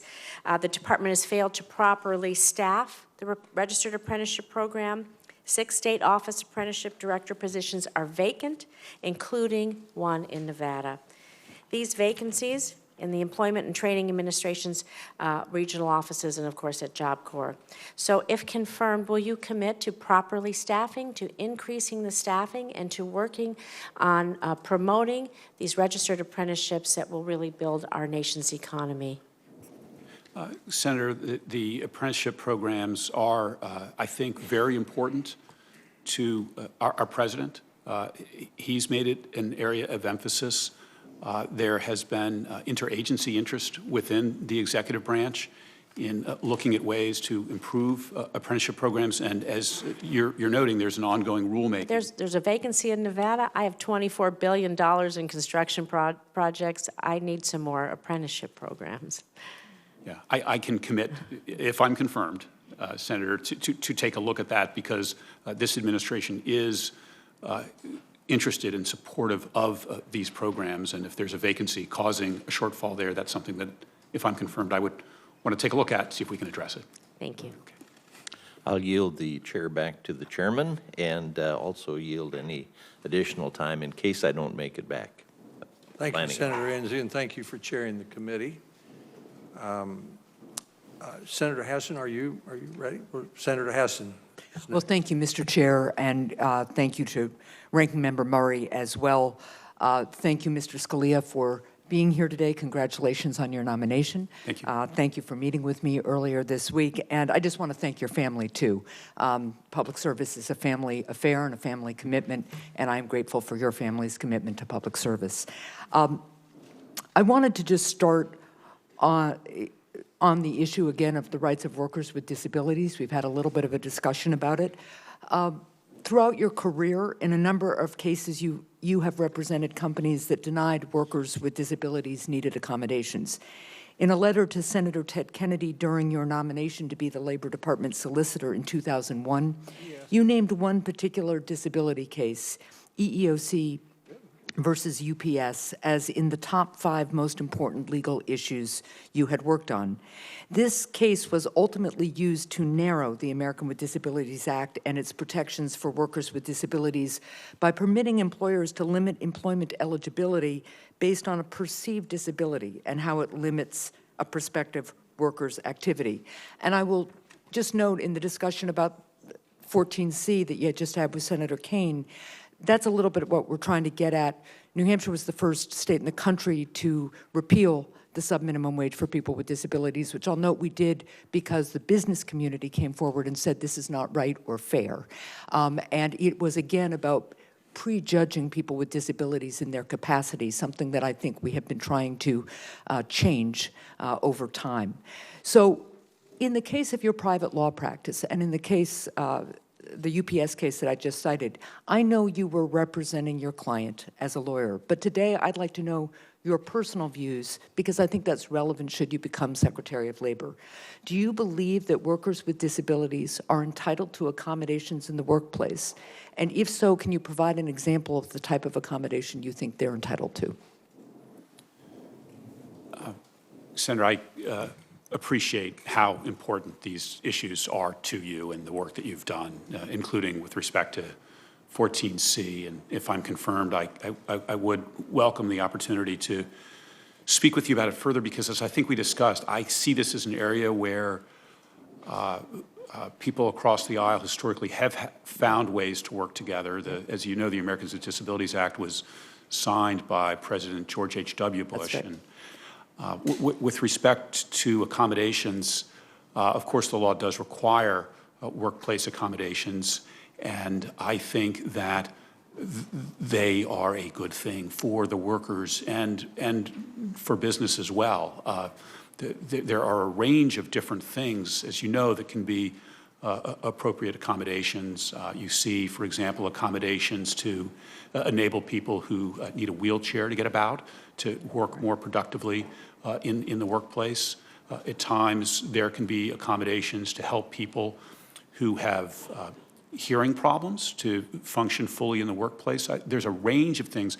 And I would like to talk briefly about that EEOC case you mentioned, but I want to emphasize, too, I have spent a fair amount of time with clients explaining to them both the legal obligations they have under the ADA, but also ways that they can satisfy them, because a lot of managers, shop-level managers, think, I can't do that. Right. That's impossible. We've never done that. So let's move on just a second because I'm limited in time, and I appreciate that answer.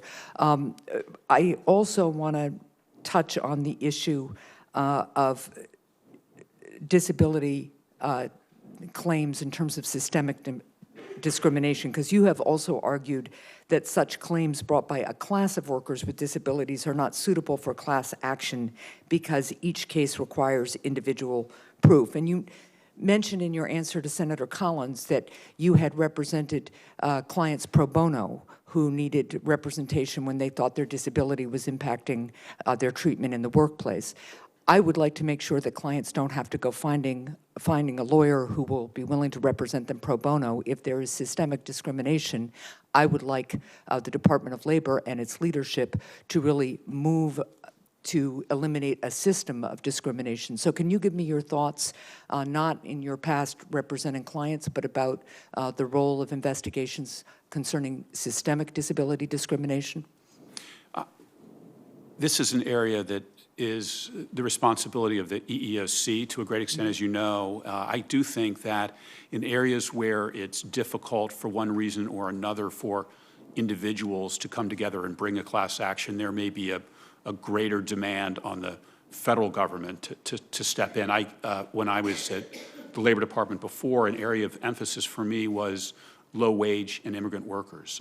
I met with my staff on ways we could change our programs to better address those conditions, because I believed that those were people among those most likely to be victimized and least likely to be able to address it. And so I think in circumstances where class actions are harder to bring because of the Supreme Court's rulings and because of the rules that govern them, there may be a greater demand on the government. And as you know, at the Labor Department, we have what we call ODEP, which is an office dedicated to helping with research and in some circumstances, outreach and education on accommodating people with disabilities. Thank you. I notice I'm well over time, so thank you for your indulgence, Mr. Chair, and thank you, Mr. Scalia. Thank you, Senator Hassan. Senator Jones. Thank you, Mr. Chairman. Thank you, Mr. Scalia, for being here, your willingness to serve, and also for the visit yesterday. I would like to revisit a couple of questions asked by Senator Murphy and Senator Kane regarding protections for LGBTQ individuals in this country. Because quite frankly, I think we're kind of dancing around the heart of the matter. Right now, there are 3 Supreme Court cases in front of the court that will be heard in October concerning discrimination in the workplace for LGBTQ individuals. The EEOC said the Civil Rights Act of 1964 guarantees protections from workplace discrimination for LGBTQ individuals. The Trump administration, as I understand it, has taken a different approach and said that they cannot read the 64 Act to apply to discrimination based on sexual orientation. What is your position? We're not here as a judge like your dad was. What is your position with regard to the Civil Rights Act and whether or not it can protect those LGBTQ employees from discrimination based on their sexual orientation? Senator, this is an area where, as I think you're suggesting, to a significant extent that the Supreme Court has stepped in and spoken and established certain parameters. And then when it relates particularly to the Labor Department, President Obama amended the executive order administered by the department regarding discrimination to include LGBT, and President Trump has reaffirmed his commitment to that. That is a law that I would have, if I'm confirmed, responsibility for enforcing, and that I would not hesitate to do so.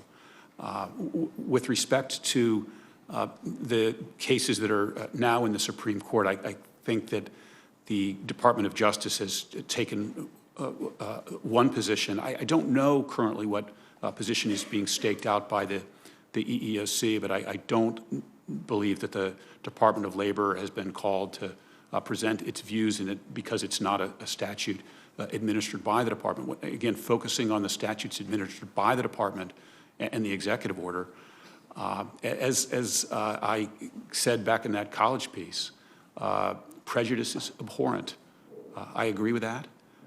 It's not something that I've tolerated in my workplace, and I would vigorously enforce the laws in my responsibility as secretary if I were confirmed in that important area. Well, I appreciate that. I am concerned, though, that from a private sector, that should these cases not go the way that I think they should go, then LGBTQ folks are going to be without any real enforcement and under the law. So what I'm concerned about, if you couple that with the administration's proposed religious exemption rules, which I believe gives folks under using federal tax dollars, the right to discriminate, folks. What do you believe, what is your view on that issue and the religious exemption right now? Because times have changed a lot. We've had the Obergefell decision, but we've also had Hobby Lobby. And I think people can hide behind that. I'm all about religious freedom. I really am. But I don't want that religious freedom to be used to discriminate against people in the workplace. And I'm afraid that the proposed rule with the Department of Labor and the administration is going to do just that. And so how do you reconcile those two? Senator, I think your question began by asking about the cases in the Supreme Court, and we'll see what the court decides. Precisely who to protect from discrimination in the workplace or elsewhere often ultimately is a decision to be made by Congress or states and locales, and the executive branch and the Department of Labor can provide a role in helping members of Congress make that decision. And then if the Supreme Court doesn't address these issues in a way that members of this committee or members of the Senate think is appropriate, and legislation is enacted, then again, that's an important role for us to make sure it's enforced. With regard to the rulemaking that you mentioned, this is, Senator, an ongoing rulemaking within the Labor Department concerning federal contractors who are religious organizations. And as I understand it, it seeks to update the existing rule to protect religious rights in a manner more similar to the way that's done under the law enacted by Congress, Title VII. There are, I know, strong views. I've read, I believe, at least one letter. I think it was submitted earlier this week by members of the committee on the rule. And if I'm confirmed, I'm going to take a careful look at that rulemaking to see that we get that balance right between our interest in protecting religious liberty on the one hand, and on the other hand, not discriminating improperly on other grounds. All right. Thank you, Mr. Scalia. And I know, Mr. Chairman, I would like to just add that I appreciate Congress's role. Unfortunately, the way the Senate of the United States is operating right now, we don't do anything unless the administration expresses a willingness to sign it and sign on. So I would urge, if you are confirmed, to help regard and make sure that protections for LGBTQ people are across the board, private and public. Thank you so much. Thank you, Senator Jones. Mr. Scalia, except for my questions, which I'll ask in a minute, we've completed one round of questions, and I will stay in case senators have a second round of questions. But let me ask a few, and then I'll turn to Senator Murray, and then we'll see what other senators may come back. There have been a number of allusions to your representation of clients and the clients' views. You've practiced law for a prominent law firm for a long time. You've probably represented some clients who are pretty good people, or my experience with law practice is people who are in real trouble, and we have a very good lawyer over here, trial lawyer, defense lawyer, Senator Jones. He's probably represented some real scoundrels in his day, because that's... Mostly politicians. Yeah, they've needed a really good lawyer, and if I'm not mistaken, when he was elected to the United States Senate, he was the president of the National Trial Lawyers, or something.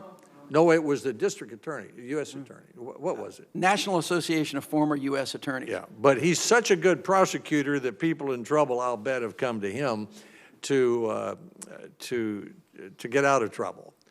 One of my earliest lessons in United States history was about John Adams, who was president of the United States. But before he was president of the United States, he was a lawyer in Boston. If I remember right, he represented a British colonist who'd murdered or killed a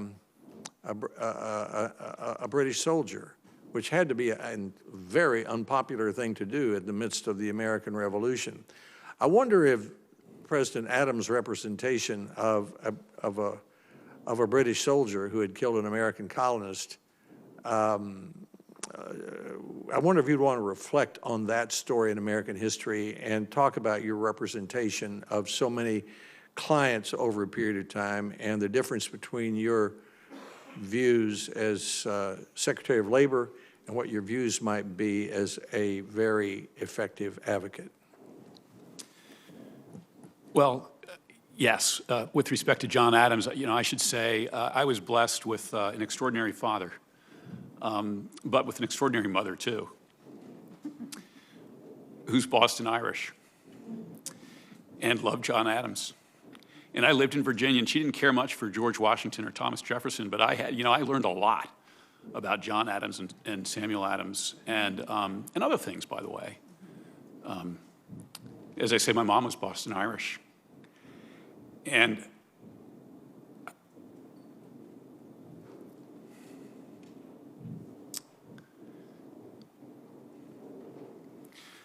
I remember growing up as a kid and my mom telling me there used to be signs when she was a kid, no Irish. So that was part of my upbringing, was my mother Irish telling me about the kind of just, blatant, shameless, overt discrimination that she witnessed as a kid. But yeah, I learned about John Adams, and that story which you've mentioned, Chairman Alexander, is one of the great stories in American history. The Boston Massacre was a terrible event. It was a seminal event in the American Revolution. And John Adams did the deeply unpopular thing of representing these British soldiers and getting their acquittal. And it's a wonderful story about the bar, about lawyers and their obligations, sometimes their obligation to do things that they disagree with. And I'm proud to have had the representations that I've had in the business world and have represented my clients zealously. But you're absolutely right that I am not necessarily my clients.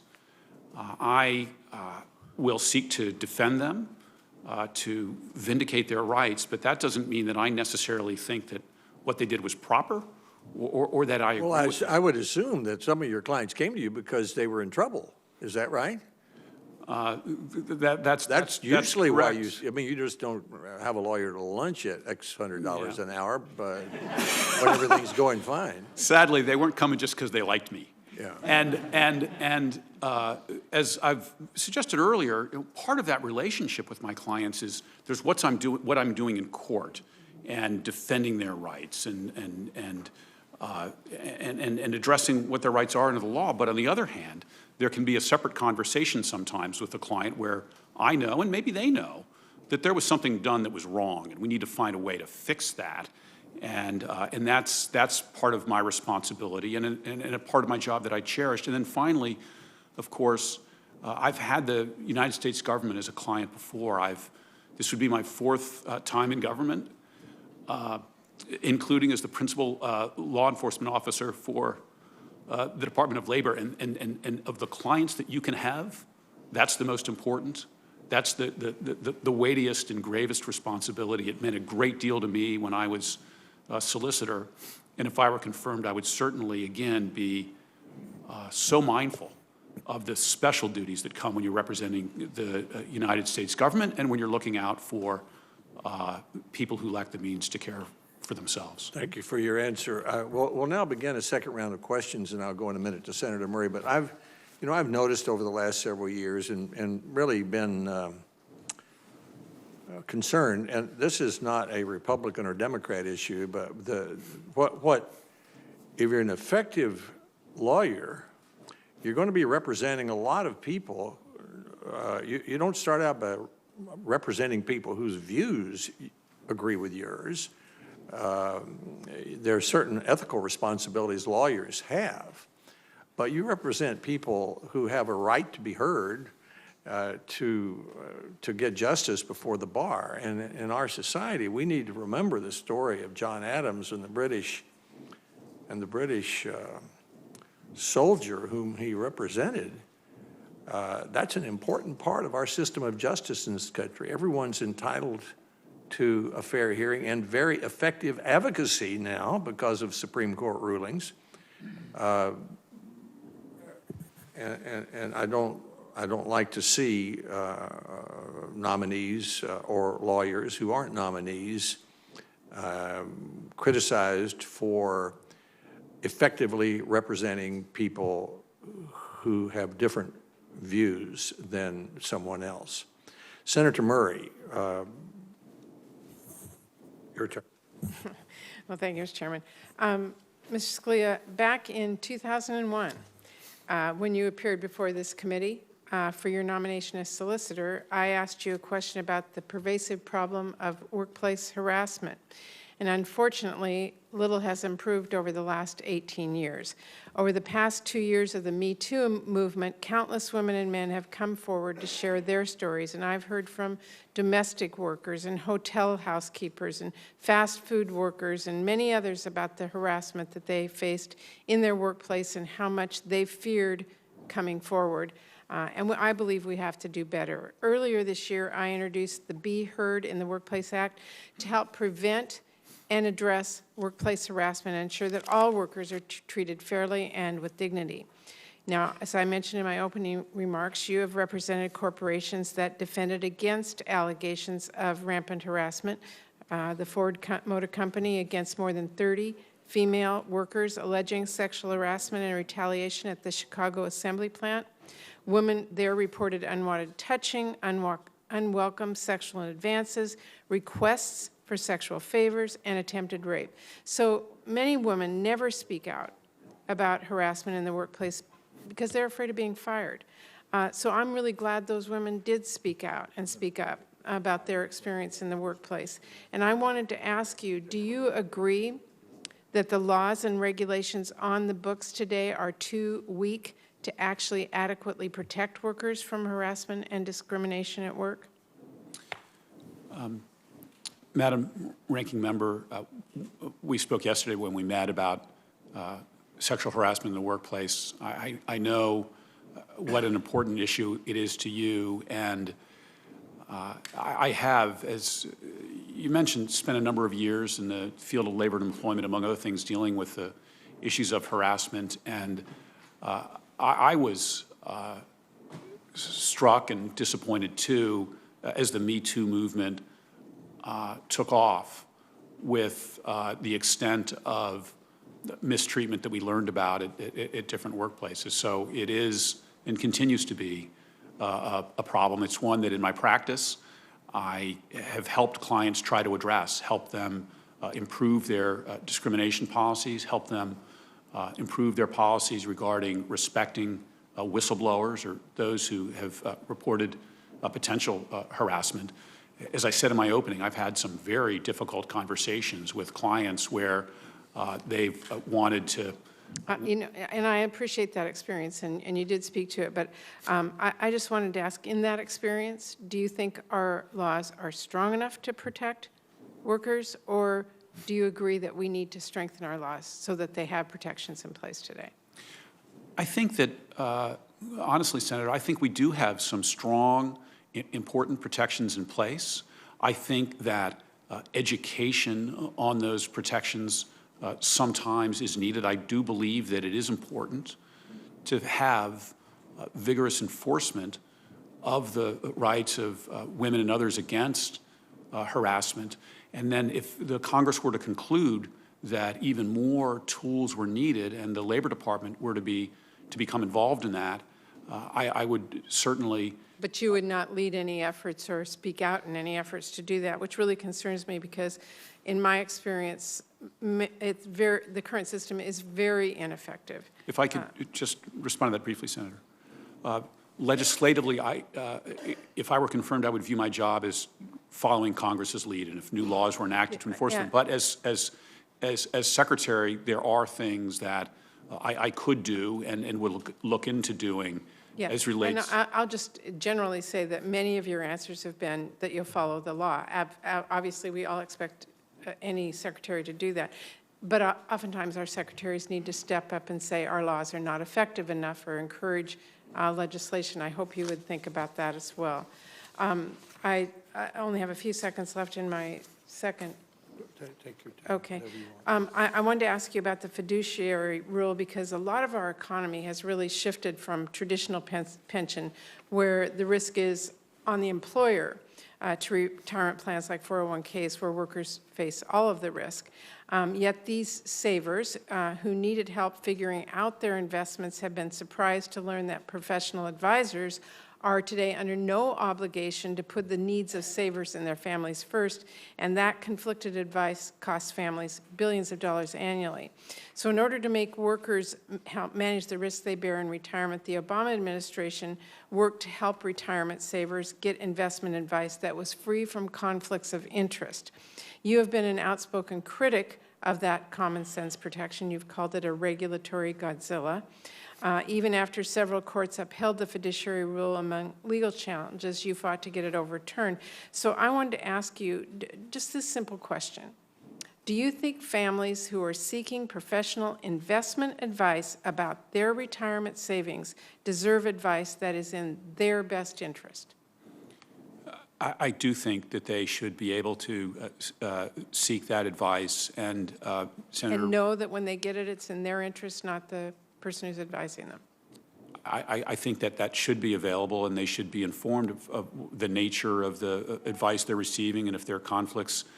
This is a case where, as the chairman and I were discussing earlier, yes, I was retained by clients to address a rule that was, it was a controversial rule. Thankfully, the Securities and Exchange Commission has now stepped in and itself adopted what's called a best interest standard with respect to broker-dealers who are folks that ordinarily are regulated directly by the SEC rather than by the Department of Labor. But I, again, having worked at the department before, I'm very mindful of the special role the department has in protecting pensions and workers' retirements. You've had a lot of work done on this in overturning the rule. Would you recuse yourself from participating in DOL's forthcoming revised fiduciary rule because of that? As you know, there are federal ethics rules that will govern what matters that I can work on when I'm at the department, where there might have been some prior connection on my part or the part of my firm or a client. And so in the case of the fiduciary rule, I would seek guidance from the designated agency ethics official at the Department of Labor regarding what my ability to participate would be. Okay, and one final on this. You're obviously being nominated to lead the Department of Labor, which Congress explicitly selected to oversee retirement investment advice. In the wake of the Studebaker pension failure, Congress wanted to provide a higher level of protection for retirement savings than investments overseen by the SEC. Yet you have suggested that the Department of Labor should allow the SEC to oversee the fiduciary rule. And that's ironic, since you've spent a significant part of your career attacking the SEC rules. So if you're confirmed as Secretary of Labor, do you intend to cede DOL's authority to the SEC? If confirmed, I would not cede responsibility to the SEC. I engaged in some vigorous actions as solicitor to help protect the right of retirees to their pensions. I mentioned the Enron pension plans and actions that I took there. I worked particularly closely, actually, with some of the lawyers in that office at the Labor Department and know how important that mission of the department is. I will say that the Labor Department's mission, although very important, is focused on employment retirement savings. And one of the concerns that was raised by the fiduciary rule was that they were actually treading on the SEC's jurisdiction. So I think part of what's necessary in the government is making sure that there's the proper balance between the different regulatory authorities. And I would want to, if I'm confirmed, work with the SEC if necessary to strike that balance correctly. Okay. Thank you, and thank you for the additional time. And I would ask unanimous consent, Mr. Chairman, to enter 16 letters in the record expressing concern or opposition to the nomination. So ordered. Thank you, Senator Murray. As a courtesy to the witness, we are going to take a 5-minute break before we proceed with the second round of questions, but I'll be glad to stay here as long as senators would like. The committee is in recess for 5 minutes.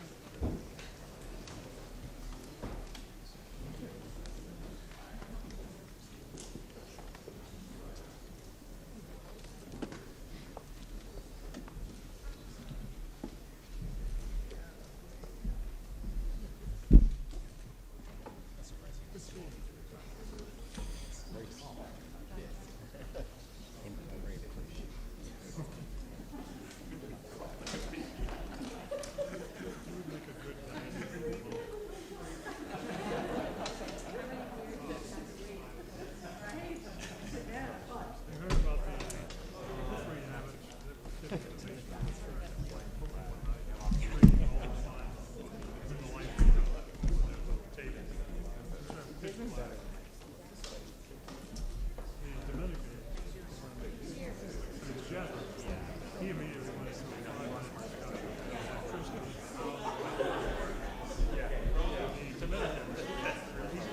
saying that somebody should really think about fixing this problem like this. Benedictine got up and went over and got new ones. That's what you did when you closed the line.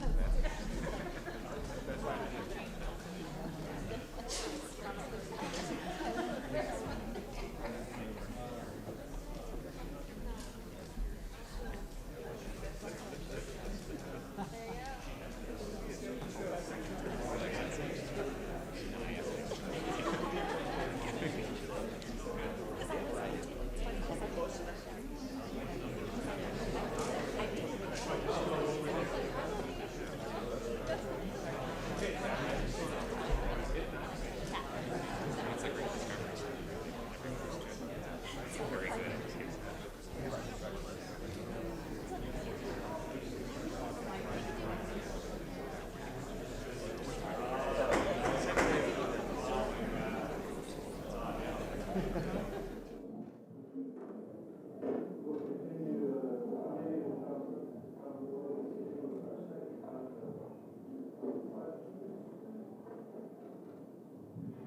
you, Senator Murray. We'll continue with our second round of questions. Senator Casey. Mr. Chairman, thanks very much. Mr. Scalia, I know you've had a long morning and just have a couple of follow-up questions. I'll try to be brief in the interest of time for our colleagues as well. Senator Kaine had asked you about employment of Americans with disabilities, and I won't, I'll follow up with you later, but I was hopeful that maybe that's something that if you were to be confirmed that you could work together with us on. The particular issue is competitive integrated employment. I have the leading bill on this in the Senate, and I hope we can talk more about that.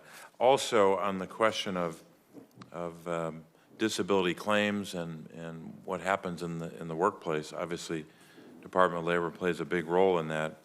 The United Parcel Service case that Senator Baldwin referred to and others, I have real concerns about how you might approach issues that were involved in a case like that, which did narrow the protections for workers under the Americans with Disabilities Act. So I'll be following up with you on that. I wanted to ask in particular, and I'm going back to the issue of what happens to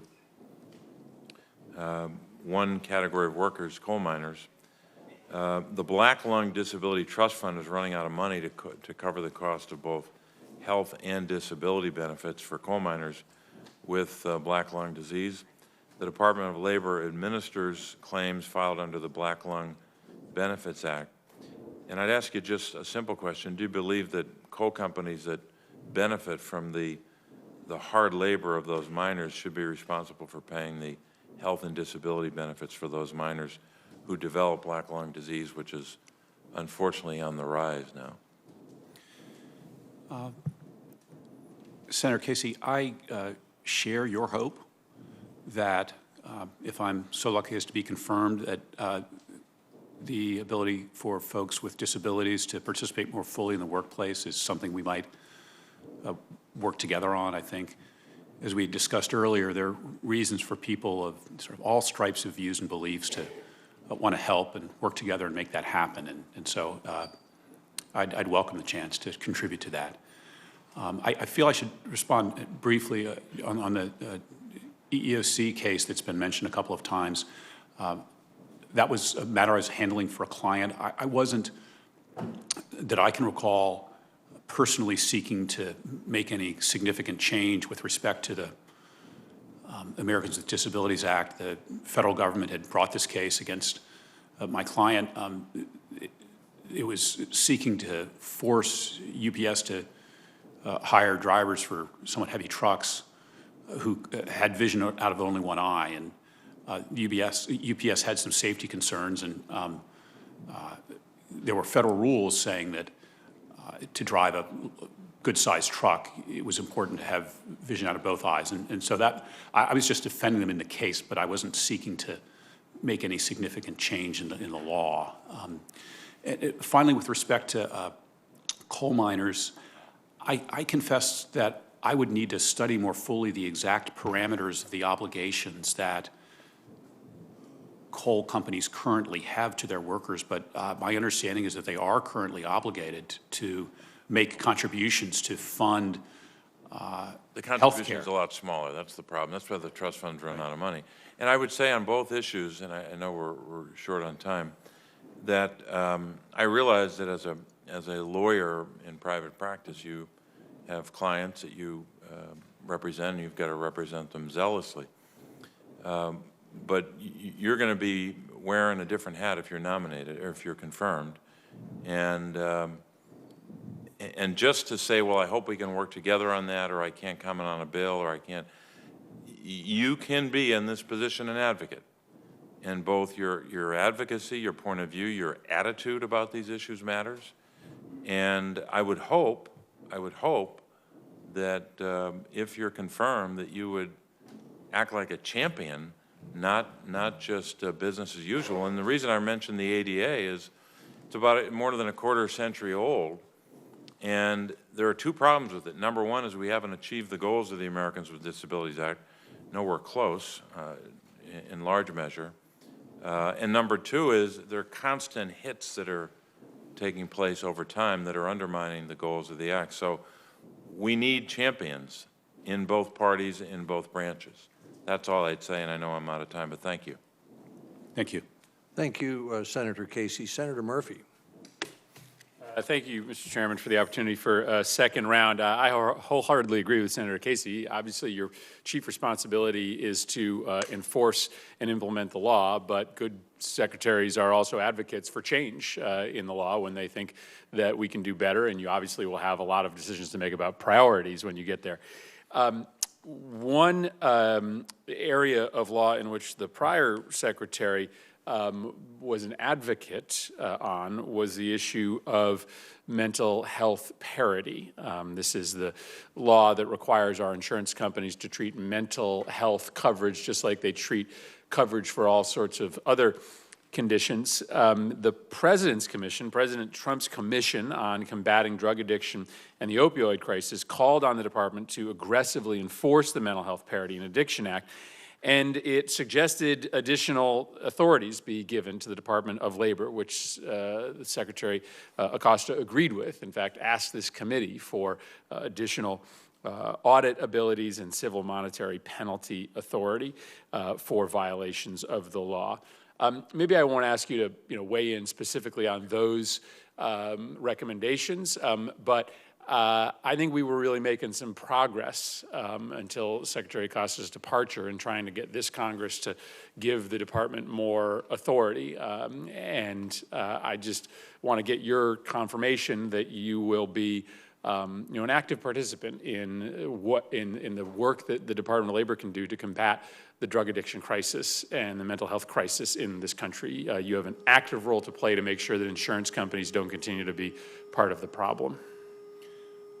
I would welcome that opportunity, Senator. I had a good conversation, among others, with Senator Smith, too, about these issues. And when I was speaking to her, I think I mentioned that as I look at people that I know that are struggling with medical problems, often these days, it's not, I broke my leg on the job or something of that nature, although that still happens. It is difficulties with substance abuse or depression or the like. And I agree that it's very important that we not slight the needs that people have in that area or treat them as less worthy of attention than other kinds of illness or injury. And then with respect to opioids particularly, it's a national crisis.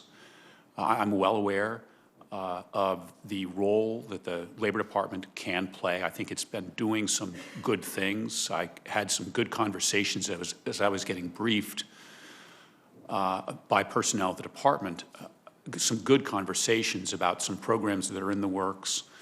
And that's an area that, again, there's room for consensus and cooperation because there are ways to help these people with opioid addiction better than we're doing, and I think the Labor Department has made some strides in its workers' compensation program. But also, there's business wants to help because this is one of the reasons we have a skills gap right now. Well, we just all know that when you go to access a mental health benefit or an addiction benefit, you go through all sorts of hoops that you do not have to go through if you're getting reimbursement for an orthopedic procedure. And that's a violation of the law, and the Department of Labor can help us clarify that. Second, Mr. Scalia, the Eastern Connecticut Manufacturing Pipeline Initiative is an example of these innovative efforts that are happening all around the country to try to make sure that we are ready for all the new defense jobs that we are funding. We have a defense industrial-based workforce crisis in this country. You don't have a lot of experience in workforce development, but that's a big part of your job.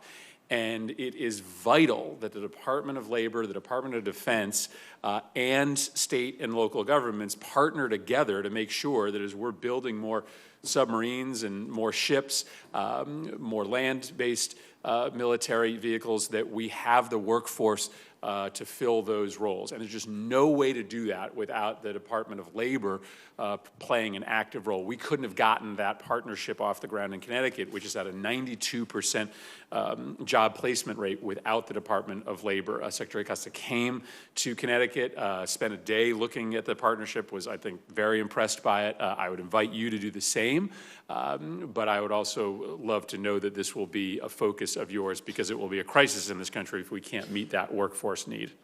I welcome the chance to visit, Senator, if I'm confirmed, and I am deeply appreciative, and even more so, having come through this process now, of the role the Department of Labor does play in sustaining programs like what you just described.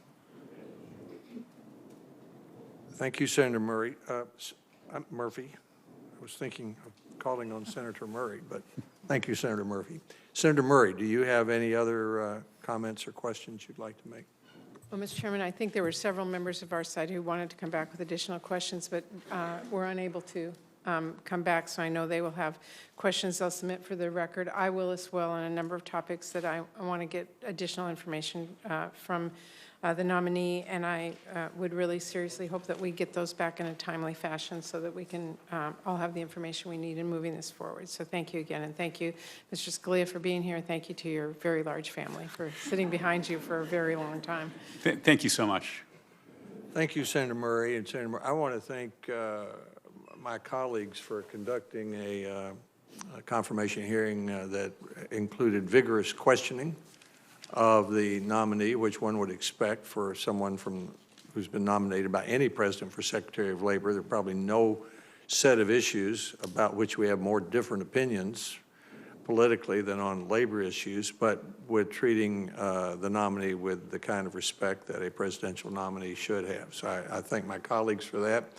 I thank Senator Murray and her staff and our staff for the professional way they've conducted the various discussions we have in connection with the nomination. Mr. Scalia